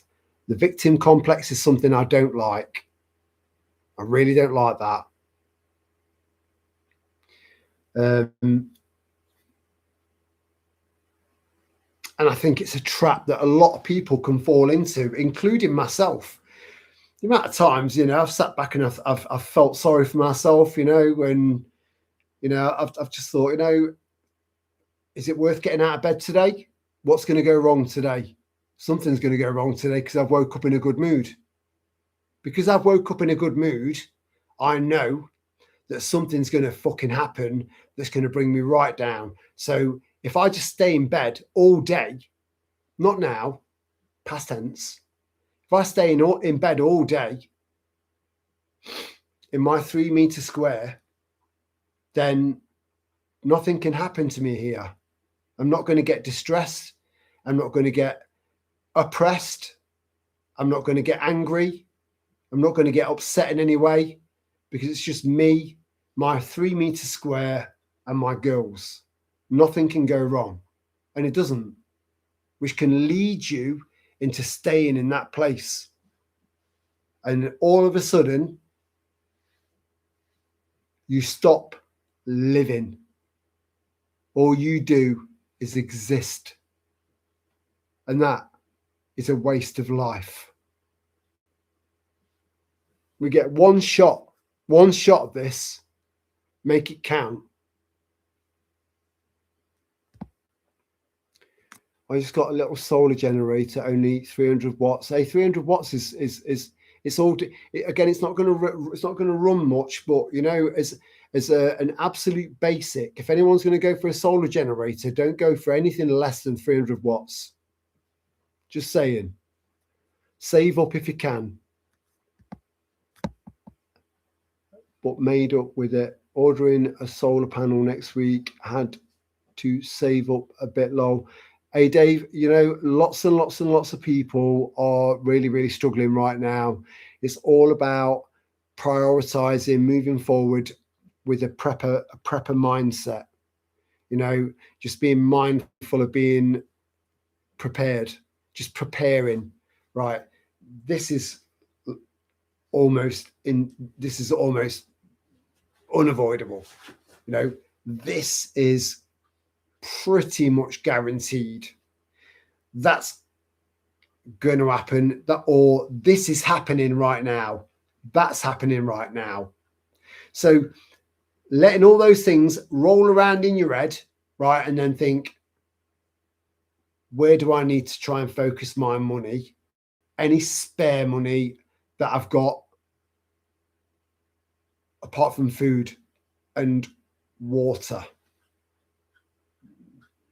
Because water wars are now in effect. It's not coming. It's not something that we're looking at in the future, right? Water wars are happening now. So a really, really good, efficient, good quality rainwater catchment system would be a priority over a solar generator for me personally. Just saying. I can live without a solar generator.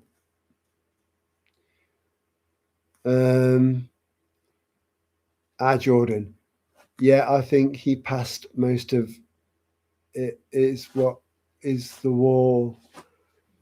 Only so many times we bang our heads on the wall before we realise we are not getting anywhere, Dave. Yeah, I agree.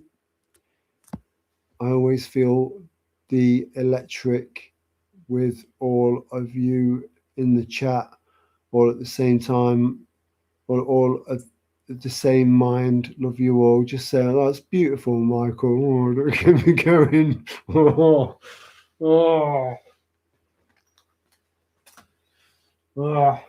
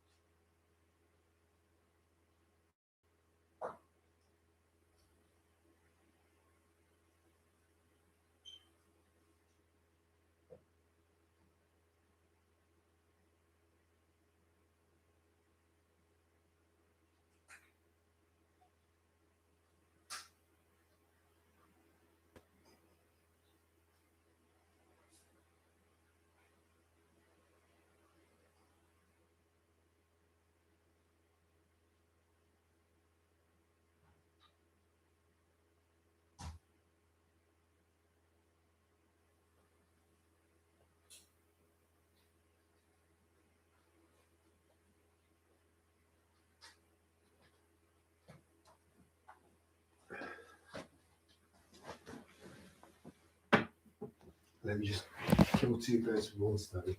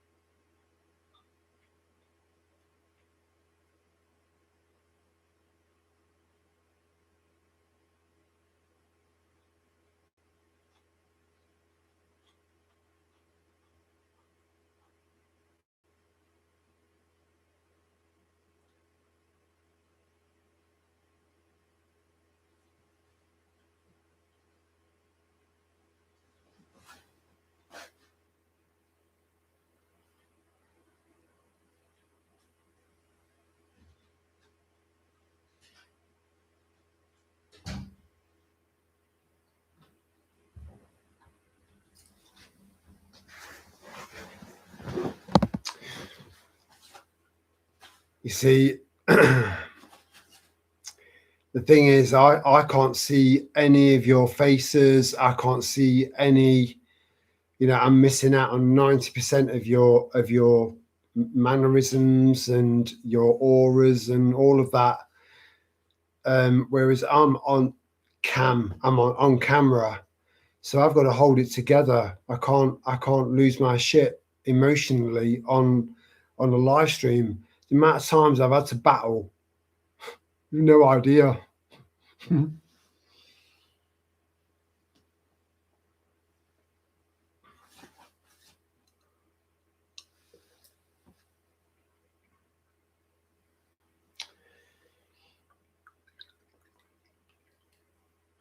So trying to find that balance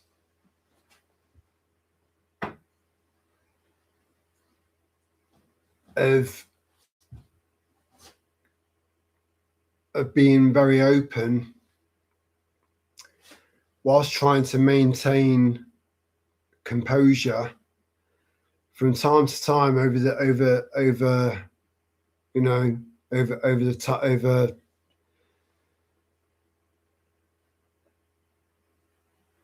the last, especially since we started live streams, there have been moments where I've really struggled.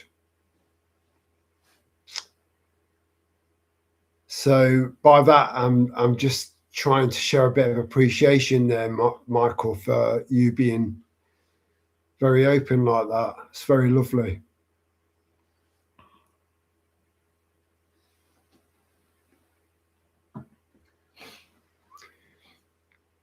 Especially for the men, because we don't really have much of an outlet because of, again, ridiculous male pride of not wanting to show our emotions. And I'm telling you, we need to. We can't bottle it up.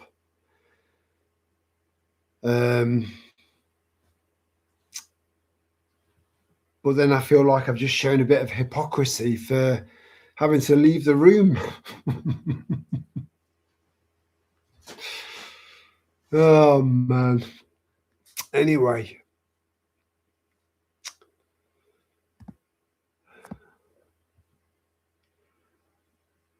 Sky Girl. Oh, that's lovely, mate.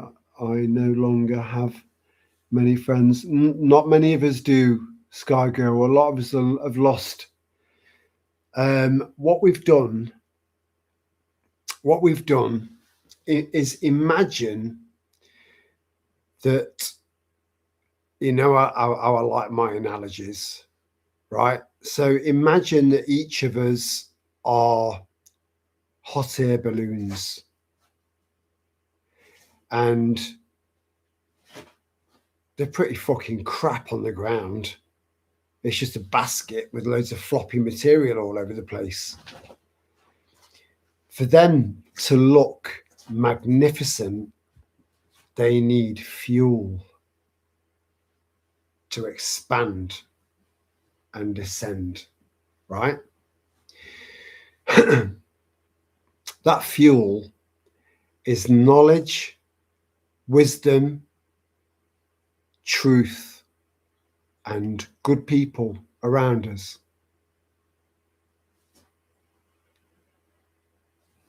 That's the fuel.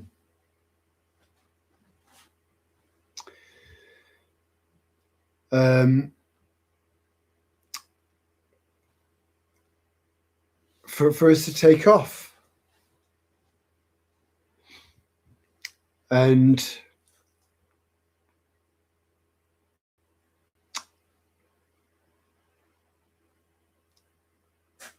anything that holds that hot air balloon and that basket down, stakes, ropes, weights, we've got to fuck all them off. Get rid of them all. And just keep putting more and more fuel into that balloon so we can keep going higher and higher and higher. And if that means friends, family members, neighbors, whatever it takes. Again, it's not selfish. It's self-full. There's nothing wrong with that. You know, if it's selfish, you'll know it's selfish. If you are being selfish about anything, you'll know. And there'll be no one out there anywhere near as fucking brutal on you for being selfish than you. You can't be harder on you than you. So as long as you continue to do the right thing and just be the best version of yourself as you possibly can,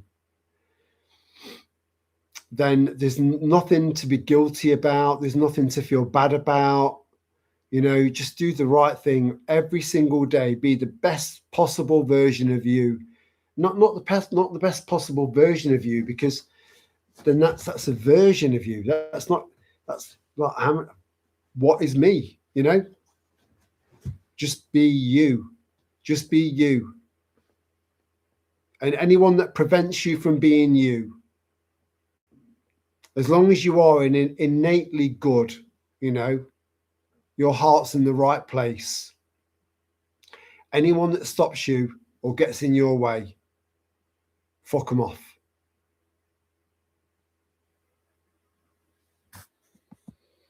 And if you end up with no one in your life, just continue forward with momentum and being the best version of yourself, being a good woman, a good man.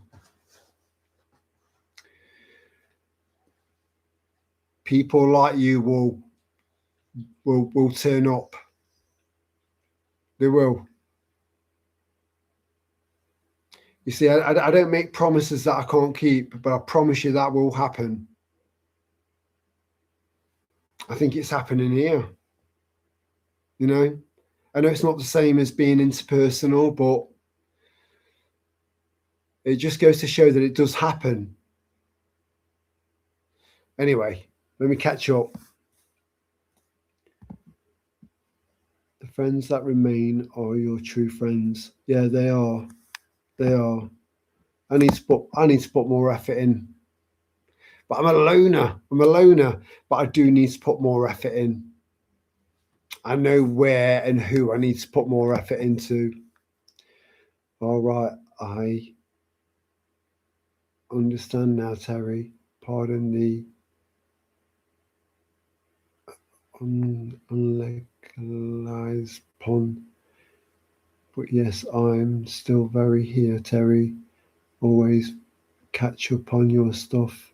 Just sadly, I always miss your lives as I sleep early, but I love to listen. You are. Hey, El Patterson, you know, they're always there. All the live streams are all there. Everything's all there. So, you know, if you miss a live, you can catch up on it. It's always lovely if you can interact, and you know, it's nice to interact in real time, even though I fuck that up royally every single time. I really fuck that up because I go off on tangents, and by the time I've got to people's comments, it's miles behind and miles behind, and I beat myself up about it.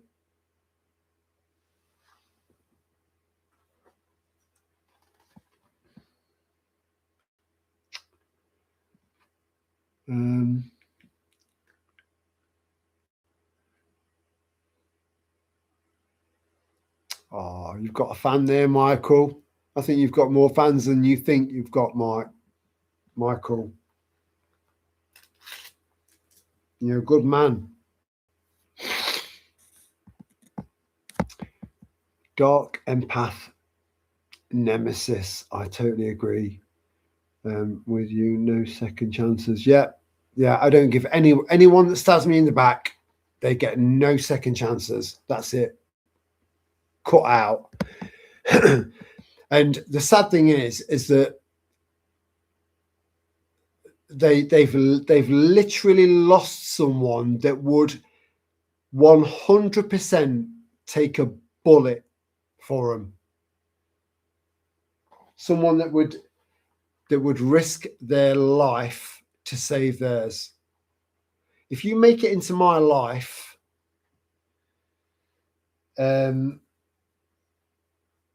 you see, people, there are so many words in the English dictionary that are so incredibly powerful, yet they just get thrown around like they're nothing, and it's ridiculous. It's such a shame, because words have power. They do have power, and reverence is one of them. So if you find yourself into my life with reverence, and I end up respecting you because you hold all of those beautiful qualities that every human being should hold. But again, you can't have good without evil. And you can't have evil without good. How fucked up is that? But it's the truth. You can't. It's impossible. But if you make it into my life and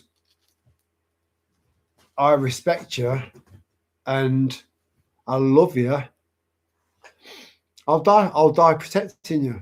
I will. And I've got friends that would back that up from experience.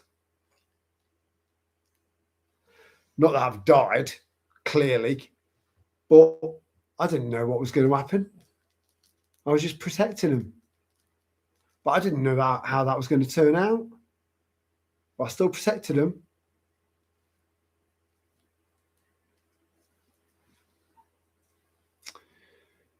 So yeah, it's empathy is a weakness and a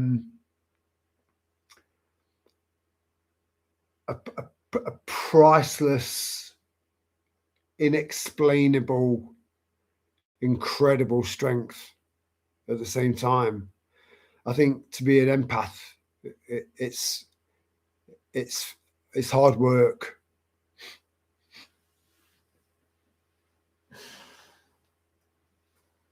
Very, very hard. Forgiving is the easy part. Forgetting is more of a challenge. Yeah, I don't do either, mate. I don't forgive and I don't forget. You fuck me over because I'm not a bad guy. I do try my best. Um, I've obviously kind of improved over the years and become a little bit more selective. But yeah, you fuck me over once.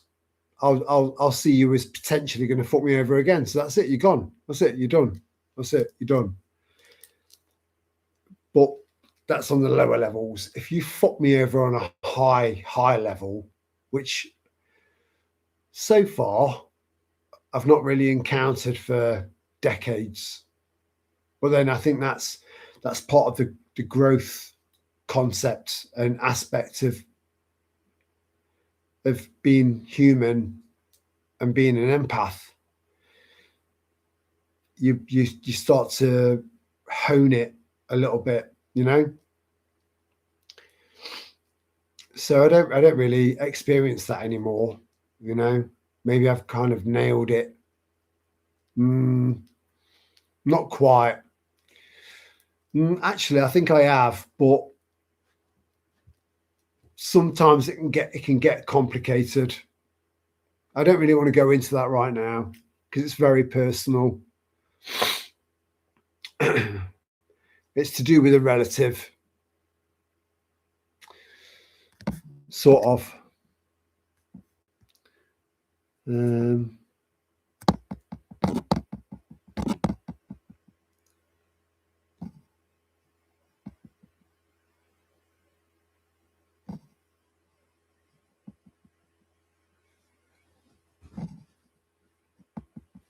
Love being alone. Again, though, Rosa, whether it's a woman or a man, no man is an island, Interesting man, even though we might have had a disagreement once or twice, but who is shills and not shills? You once said I was being negative a couple of years back because who I was saying shills were. Hey, Al Patterson, I hate calling you that because it seems so formal, we might have had disagreements, or unless you're talking about someone else, I'm assuming you're talking about me. We might have had a disagreement, but I will try and work. I will try and work disagreements out with people. Always, I'll always try and turn someone into a friend. I'll always try that. I put so much time and effort, but then you've got to know when the shut off is. To the point where it's kind of wrecking it for everyone else. So, but you've obviously stayed. You've not unsubscribed from this channel for some reason, and we're communicating really, really, really well now. So I might have grown since then. You might have grown since then. We might have grown since then. Things might have changed since then. There are so many variables to take into account in a very complex world that we're living in. so many dynamics to take into account. But I think good people essentially are good people, and eventually they'll find some sort of common ground, in theory. Not all the time, but I'm glad that we've come to some sort of middle ground there, mate. You know, I don't remember us ever falling out, but we clearly did, because you remember it. Good night, Sky Girl. I apologise if I've missed you. I clearly have, because I'm probably about 17 years behind. Sweet dreams, darling, and have a good weekend.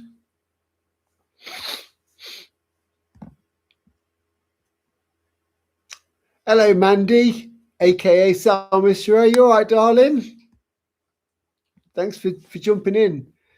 You didn't agree with me at the time, but that's fine. I see you have caught up now to the Shill Fest now.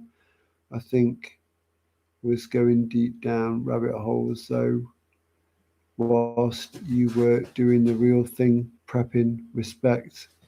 Hey, mate, do you know what? It's just lovely to meet in the middle, in the middle somewhere. I think, again, you look at the yin yang sign, that line down the middle between the black and the white, that is where we need to be. And maybe that's what's happened there, Al Patterson. I'd love to know your name, or something a bit shorter, something less formal. You know, be nice.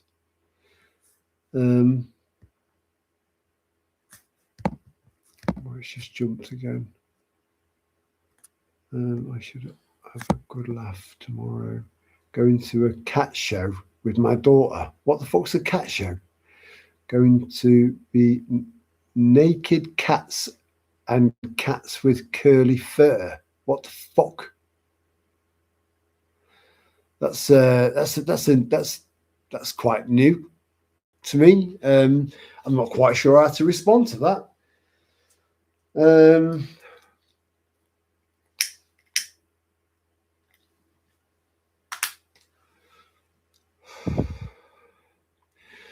I've got no idea how to respond to that whatsoever, because I'm not a cat man. I think if you rebranded it and said, "Hey Terry, I'm going somewhere tomorrow where it's just wall to wall pussy," I'd be like, "Yeah, I'm in." I'm so sorry.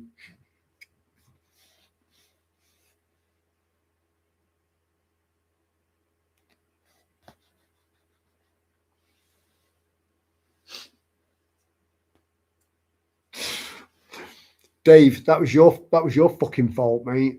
It was your fault. You brought the standards down. You made me do that. Ruth, Mandy, and Rosa, I apologise for saying that. I'm not a misogynist. I do love pussy. I've got to admit, I'm a man. I'm a proper red-blooded man. But I had to turn that into a relatable positive. So I do apologise. Thanks, Dave. Going off on a tangent. Do you remember the lockdown non-haircuts during the pandemic? It was hilarious. There was no problem to me, mate. I just got the clippers out. Done. Sorted. Whereas there were men out there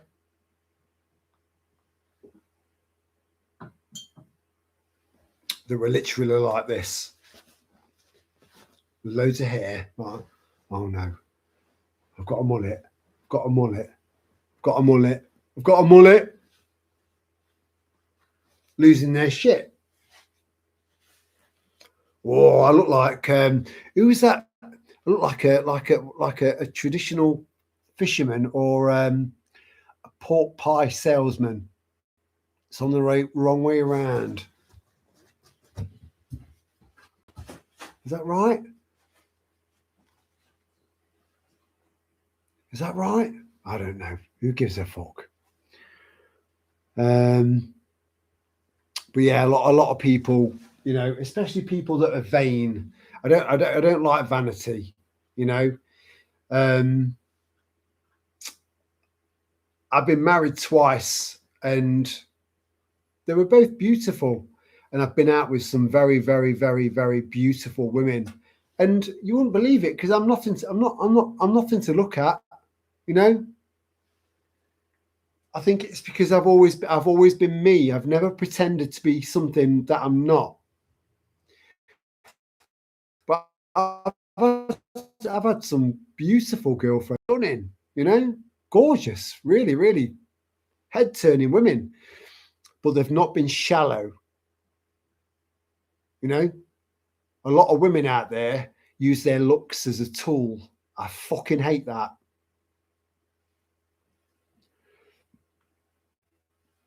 Skin deep. I don't know why I even said that. It doesn't. It's not even relevant to anything we've been talking about. Yeah, vanity. Yeah, so many men. It's like, oh no, this hair's out of place. More gel or whatever you know. Fucking get a grip. You know, just be who you are. And then they're all at the gym. I mean, I've always loved weights. I've always loved lifting weights, but it's never ever ever to then kind of rip my top off and walk down the street with a, you know, with you know, proper defined pecs and biceps and a ripped ab, right? It's never been about that. It's always been about fitness and focus. That's all. It's never been about how I look. Not really, you know.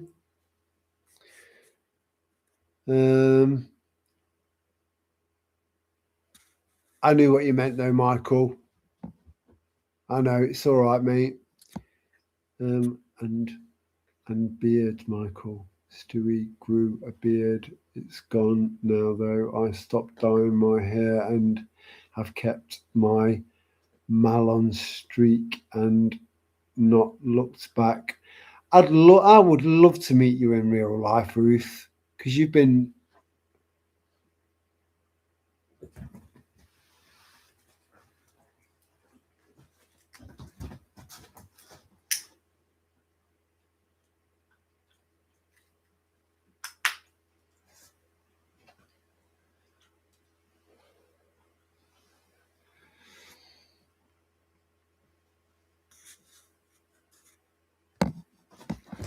I think you're lovely.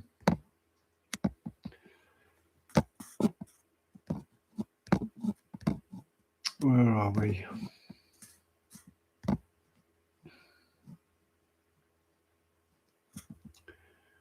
I've lost where I am. Oh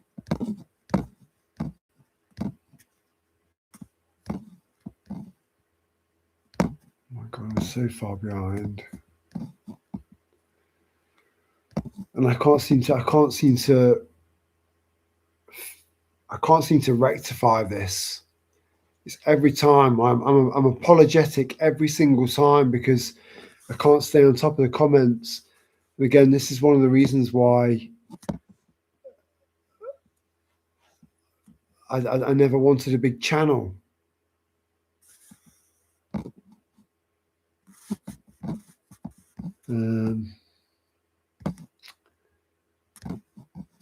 Right, hold on. Let me just find myself.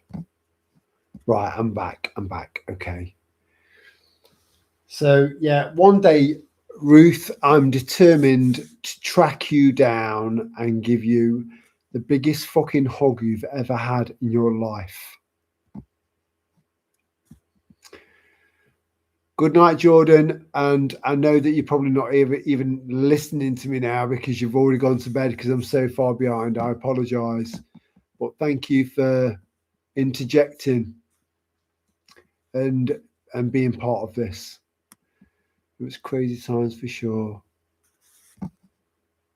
Jordan, have a good weekend and week to come. Encouragement is very underrated. Encourage, help, and nurture people, and we will all do well in life. That's so true, Ruth. It really is. It's the absolute truth.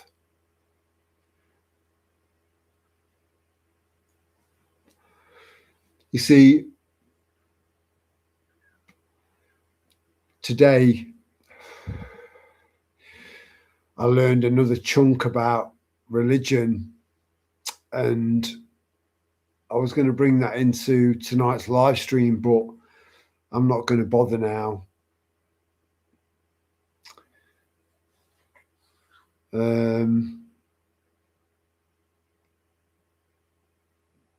Mainly because I don't want to offend Christians, but it's just stuff that I've learned and then researched, and then researched more and more and more and more, and there's just so many things that just simply do not add up. But I don't also want to take away other people's comfort.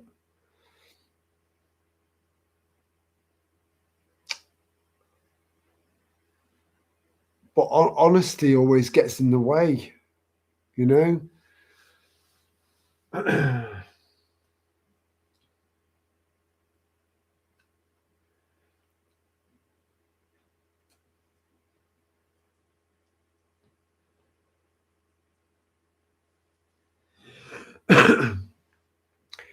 I think the most important thing that anyone can be in their life,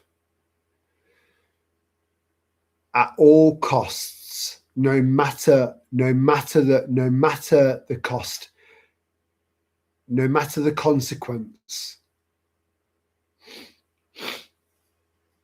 is to be truly authentic, 100% themselves. No airs, no graces, no fakery, no pretentiousness, nothing. Just their true self, the self. It's so important because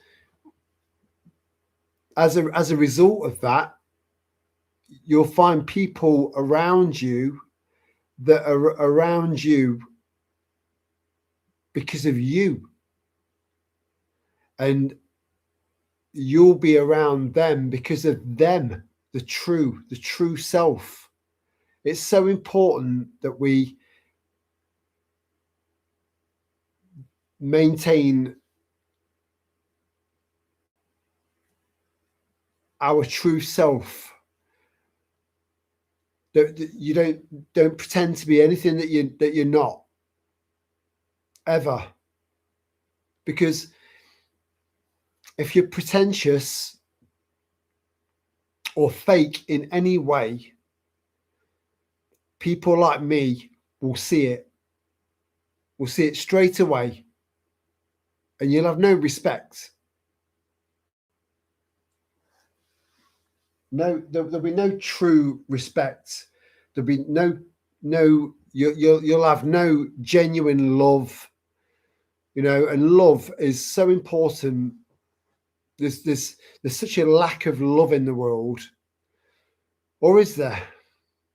You know, are we being led down? It does seem like there's so much pain and hurt in the world when there's an equal amount of love. Love is the most powerful thing in the world. It is. But it's got to be genuine. Everything's got to be genuine. Everything's got to be sincere and real and legitimate.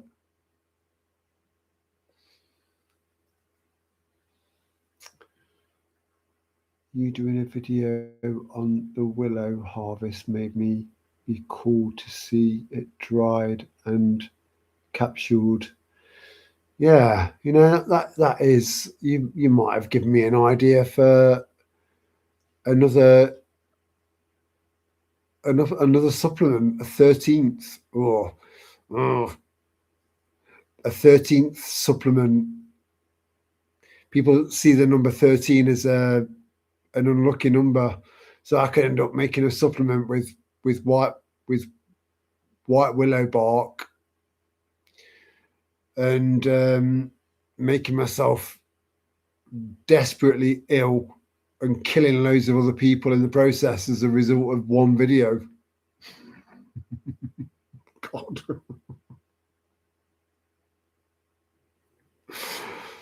Do you know what? I was just very randomly, I was watching Kenny Everett the other night,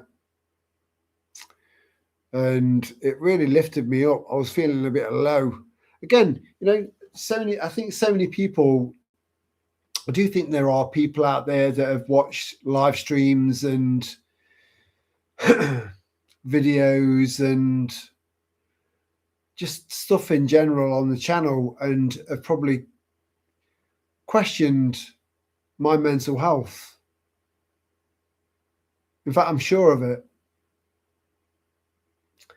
And this part of me that thinks that that's lovely, really lovely. It's caring, and we need more of that.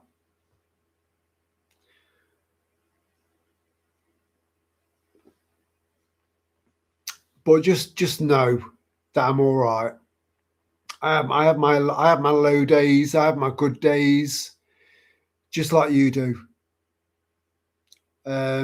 Some days are challenging, very challenging. But most days, you know, bring it. I'll fucking deal with you. I'll deal with whatever comes my way. And I know I've got a lot coming my way. Stuff that I've not talked about. And I'm ready. I'm ready. I'm good. I'm good to go. I am good to go. I think that everyone that's managed to survive this, at least the last 6-7 years, and managed to maintain and hold on to their sanity, is a warrior. You're a warrior. You are. Not all warriors are fucking ripped, you know, every single muscle defined, sword in hand, shield in the other. Not all warriors look like that. In fact, the best warriors don't look anything like that. And here you are, ready to take on the world, knowing what's what. Whereas most people don't know what's what. So not only are you prepared to seize the day and fight, you're also doing that in a world where people think that you're an oddball, when in actual fact you are a voice of reason and a voice of sanity in a world of madness. So maintaining that stance in a world where you are seen to be going against the grain of the vast majority of society, you know, that's you know, yet most of you don't give yourselves any credit for that whatsoever, and that makes that even more beautiful, even more impressive. Not all warriors carry swords and shields. Most warriors are people like you. And you should be proud of yourself. You should. You know, that's been one hell of a fucking gauntlet to run. one hell of a gauntlet, and you've made it. And if you've come this far, you're going to piss all over the rest, which is going to be way rougher. But you know that, and because you know that, you've got what it takes to get through it, and you will get through it. You will. We all will. If we lose connection with each other, you'll still know that we're still there. You might not get a digital representation of me on the screen at some point. You may not be able to communicate with each other in the chat. If I don't have access to doing live streams anymore, you'll know I'm still there. You'll know Michael's still there. You'll know Lana's still there. You'll know Ruth's still there. Dave's still there. Rose is still there. We're all there. We're still there. And there are more and more and more of us awakening every single day. The more shit they throw at us, the more people start to question. And the more they question, the more critical their thinking becomes.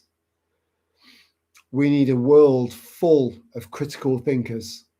And that's what's happening to some degree or another.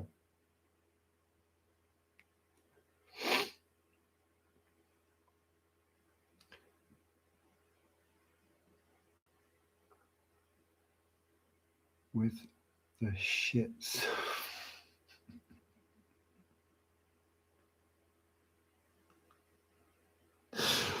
I've not actually looked at the side effects of white willow bark yet. I think it's something that needs to be taken in moderation. I do think that it would be and is quite possibly, I'm not, again, disclaimer, I'm not a doctor. I fucking hate having to say that. But I think if you've got dispositions with your heart, I think that white willow bark could help,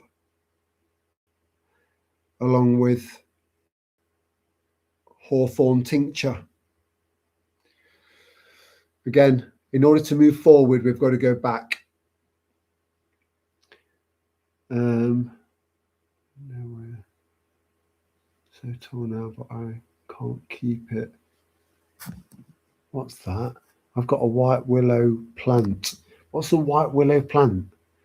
You see, white willow bark is the bit between the green bit of the outer and the wood of the actual tree, the strength of the tree, the trunk of the tree. So between the trunk of the tree and the green bit that's on the outer, you've got the white bit in the middle. That's white willow bark. So it's not from a white willow tree. I hope that makes sense.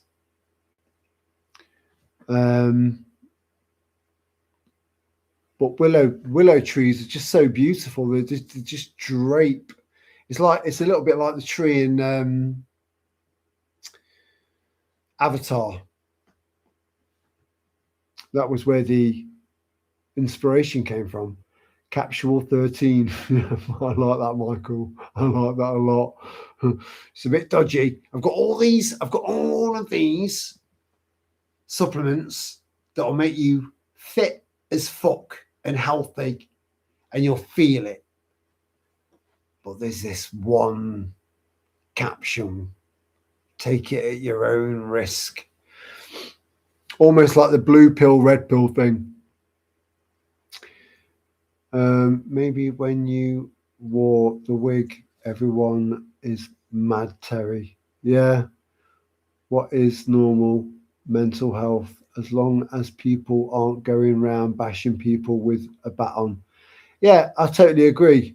And the first thing that came to my head there was the police.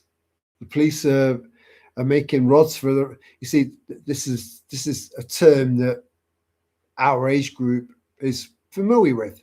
You make a rod for your own back. Your actions define your future, and the police are painting literal targets on their own backs. And as far as I'm concerned, fuck them. You know, if you play stupid games, you're gonna win stupid prizes, and those prizes could be horrific. When an entire nation sees that the police force, not service, is against them, they're going to see them as the enemy. So they're going to end up creating energy as a community to counter what the police are meant to do but aren't doing. And they'll be seen as the enemy. And it'll only be a matter of time before all of their addresses are going to be doxed, unless the powers that shouldn't be cut us off from the internet and this form of communication. But they've created a significant track record now that significantly points to the fact that they are not our allies. They are not there to help you. They're not there to save you. There was a young Polish of origin man that was stabbed by a Sikh guy that was allowed to carry a ceremonial dagger. If I carried around a ceremonial dagger and I was caught, I'd get nicked for carrying or concealing a deadly weapon in this country, in my fucking country. Now, an Indian guy from a completely different culture. Now, I do generally quite like the Sikhs, but that particular Sikh was a cunt. Stabbed an innocent man who died. The police there, I don't need to go into this. I don't need to explain it all to you. You know the score, right? That's just another notch in the police's future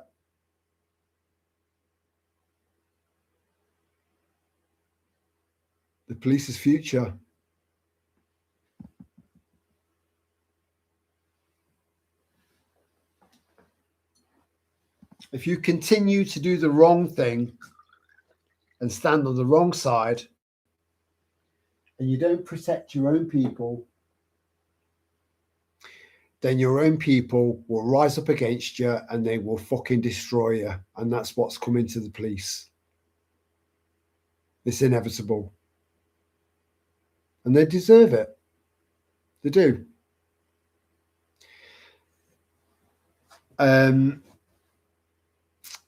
There are a lot of people out there that believe in karma to a very extreme degree. I'm not very extreme with that, although I do think there's something in it.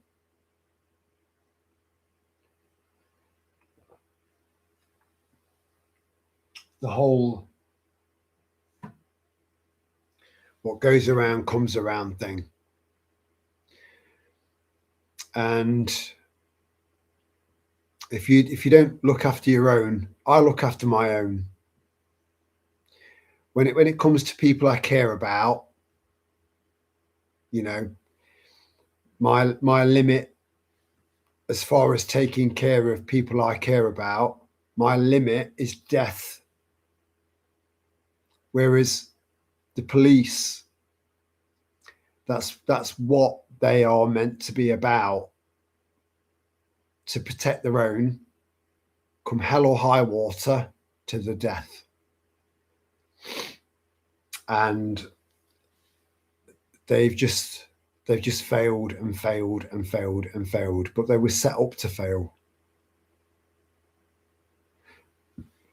They were set up in the first place to protect the rich, the Bow Street Runners, just to protect the rich. Nothing's ever changed. Nothing's ever changed. It's always been the same. It's just that we did go through a phase where we had a police force that was made up of ex-army. So, and we've got a very special army.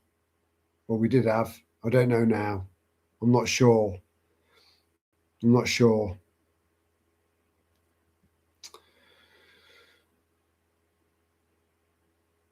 It's all going to boil down to us in the end.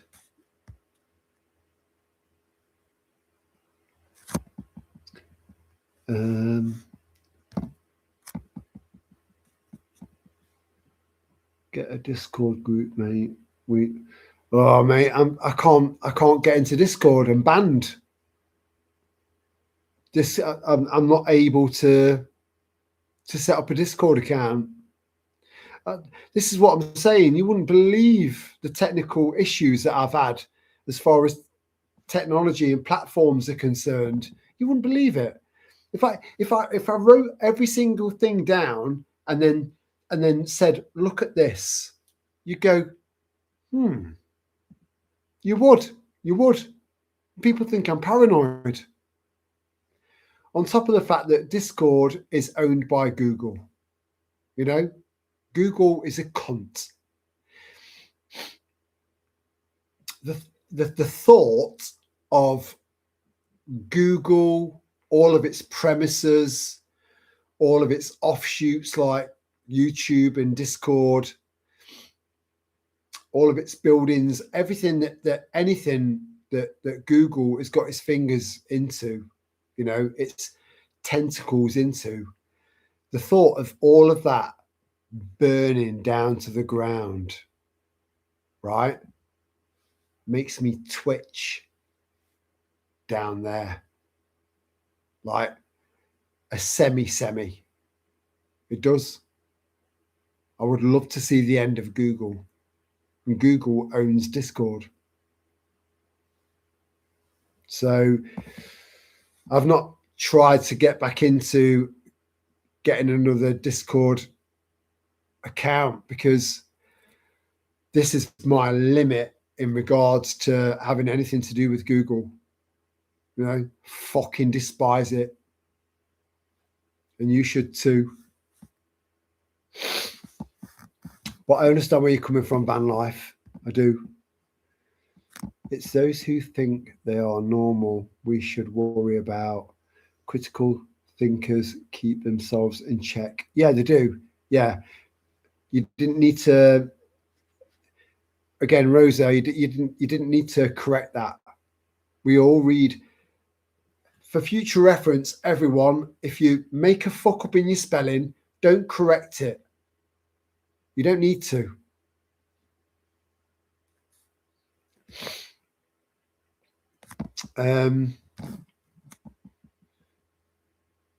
But critical thinkers are very, very powerful because we have the ability to create our own reality. And again, to a lot of people, that would sound very, very woo-woo. But when you really look at the intricacies of that, it's actually true. It really is. It's not woo-woo. It's not, right, I'm going to imagine myself as being able to become invisible or fly without any aid, just my own body, you know, let's get real, you know. But as far as a real reality is concerned, we're able to create our own reality because we're very powerful by way of our ability to think on the level that we do. So we are probably the establishment's biggest threat. And our influence, which is genuine and honest and integral on people that are starting to wake up through seeds that other people have planted and seeds that you've planted, we're their biggest enemy. I could go very, very, very, I could go a lot deeper on that, but just not quite sure how it would be received tonight, at least. And I'm gonna take it up to 1:30 because I'm gonna take the girls out tonight and feel the wind in my hair. I feel like I need to, get out and I can't take the girls out for a nice casual relaxing walk during the day. Can't do it. Constantly on guard. So the only time I can take them out for a walk and feel relaxed is at night. And I'm a creature of the night, like foxes and moths and bats. I come alive at night. The night was made for me, or I was made for the night, which isn't good. It's not good. It's not a good thing. Well, depends on how you look at it.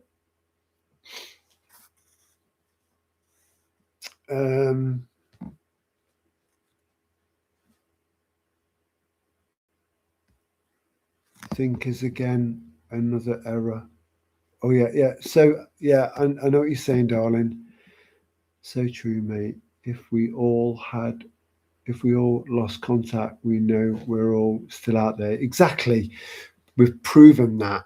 We've demonstrated that. We've communicated that. So we know that that's the truth. And I see signs everywhere.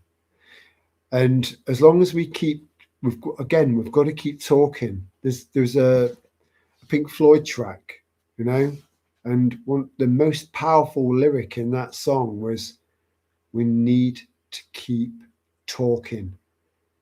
And me reading text on a screen is nowhere near as good as talking, because I'm missing out on so much. Still here, nodded off. Oh, sound mystery. I'm not there. Just behind you as your eyes start to, and I come up behind you going, "Ugh!" And then next thing I know, I'm getting attacked by an African grey that's got a beak powerful enough to go through bone. It's all right, darling. Freak storm out. I heard that when illegals come over here, they get status to remain and get a job, aka security, could be police. Yeah, that is definitely happening. It's already happening in Ireland.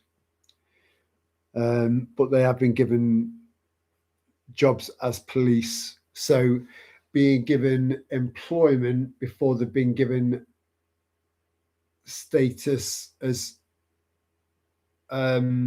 citizens, which is illegal. Our own government are breaking laws after laws after laws every single day, and we are tolerating it. And then you've got so many people that are doing live streams that are like, don't say that word. Use that word instead. Or no, we can't talk about that. Let's talk about this. Cunts, proper cunts. I would fucking love. I would love to just meet up with them and say, "You think you're a fucking truther?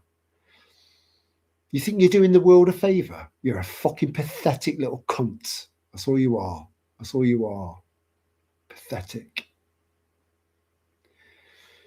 So they've passed a law in Ireland where they can take people on that aren't from there to become police officers, and now that is trickling into that's Ireland, as in the Republic.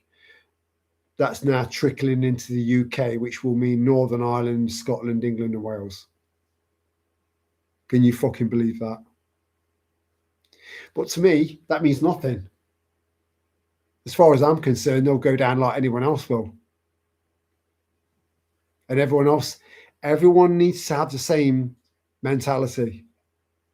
Because if you don't, you'll go down. You'll go down. You'll be crushed. You'll become nothing.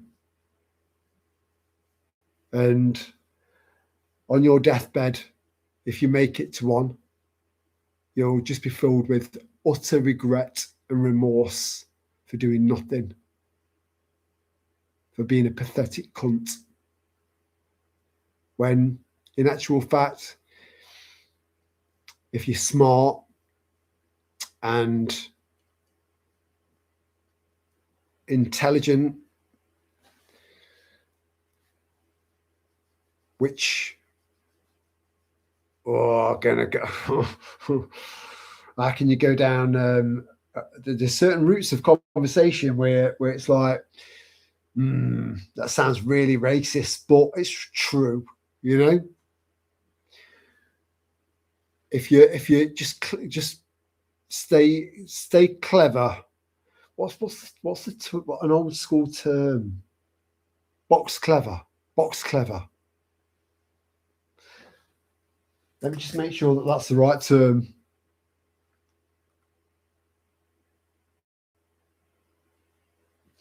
Definition of the term box clever.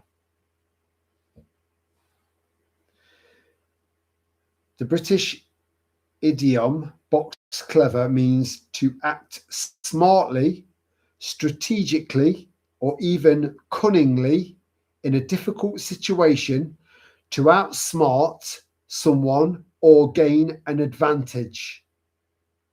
The perfect terminology. Box clever. So we need to remain box clever. It's a term that YouTube and Google are probably fucking pointless and useless at, you know.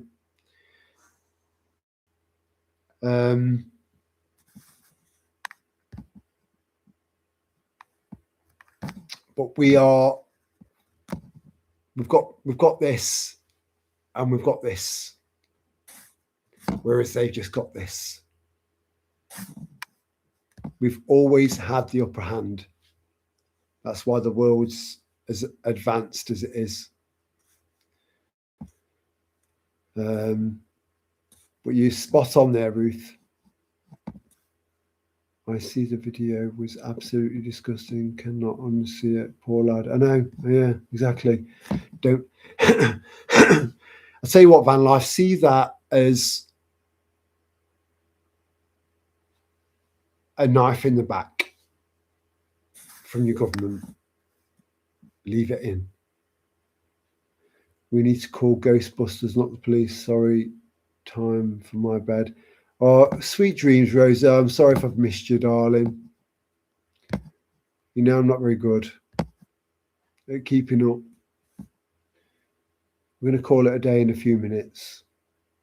I'm going to take the girls out.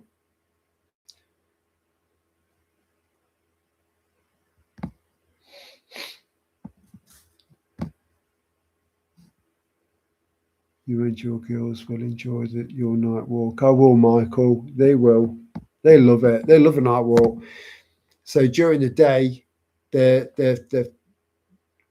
mainly using their eyes and their sense of smell. Mainly their eyes. During the night, it hones their senses. Every dog should be taken out during the day. Unless you're a female. We're living in different times now. But men, take your dogs out during the day, and they use certain sensors, all of them, during the night, they focus on their smell, mainly on their smell, their sense of smell and their hearing. That's it, you know, and they hone it. So you're doing them a favor, a daytime walk and a pitch black nighttime walk. And again, they've built that bridge.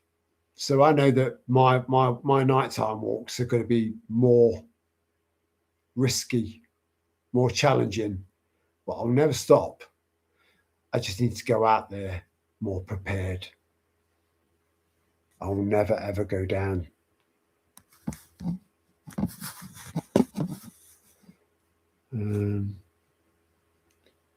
Got in late, missed 2 hours of the stream, but been a pleasure, everyone. You're all good people. Enjoy the walk with the girls. We need a place to keep in touch if YouTube disappears. Good night, guys. Good night, Van Life, mate. And if I can come up with an idea of us staying in touch outside of this, then I'll, you know, or if you can think of a way. You know, it's challenging because there's distance between us, you know. But that's all it is, distance. Meet in a place. Yeah, it would be nice for us all to meet up at some point. I've got a feeling that the only time we'll ever meet up is at my funeral. What a sad way to bring us all together. Who knows? We'll see. I'm thinking, mate, I know Discord has issues, but we can chat in rooms and put up info. Yeah, but it's all monitored, like severely monitored on Discord. But everything is. It all is.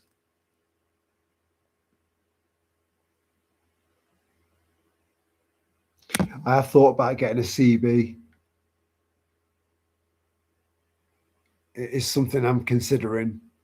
I've been considering a few things recently, and a CB is one of them.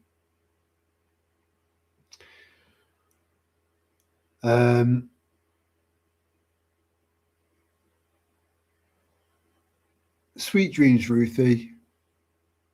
And again, I'm telling you, at some point, no matter what happens, you're going to get a big fucking hug from me, to the point where you'll be thinking, I can't breathe. I can't breathe.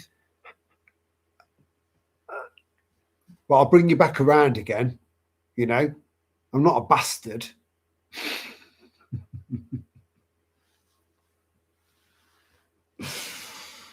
We'll figure it out. You know, just don't lose heart, and just know that we've got this. Throughout history, good has always outed in the end. It always has, and it always will, because it shines brighter, and it's got more power. It has. You know, dark, devious bastards out there. They just don't really. They're not. They're not connected. They're just weird, fucked up, crazy bastards, reckless. Whereas we're all about love and community and connection and peace at all costs. I've always said, I want peace, love, and unity, and I'll kill as many people as it takes to get it. But none of those people will be good people. Oh, a bit of a dark one to end on.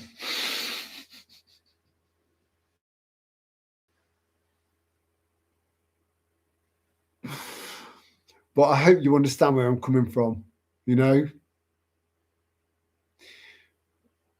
If not us, then who? This is a battle. It is a battle. You know, it's been called a spiritual battle right from the start. And I believe that that is exactly what this is. So just keep your keep your soul singing, keep yourself happy, do the things that make your soul sing, you know, that keep things that make you feel peaceful, things that make you feel contented. Keep doing those things, you know, because that'll keep your spirits up. You know, there's a term, keep your spirits up. We used to take that term for granted when we were kids. Keep your spirits up. There's a lot more to it than that saying, you know. All of these sayings have origins.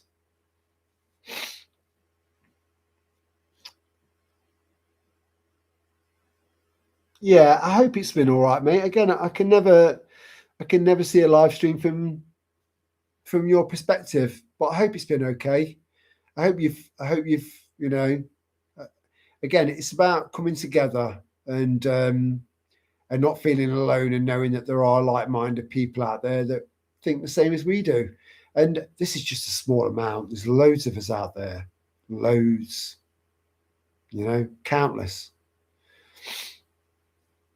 We just need to find each other, and we're doing that. I do think we're doing that through whatever means possible. And I do think that is, I think that's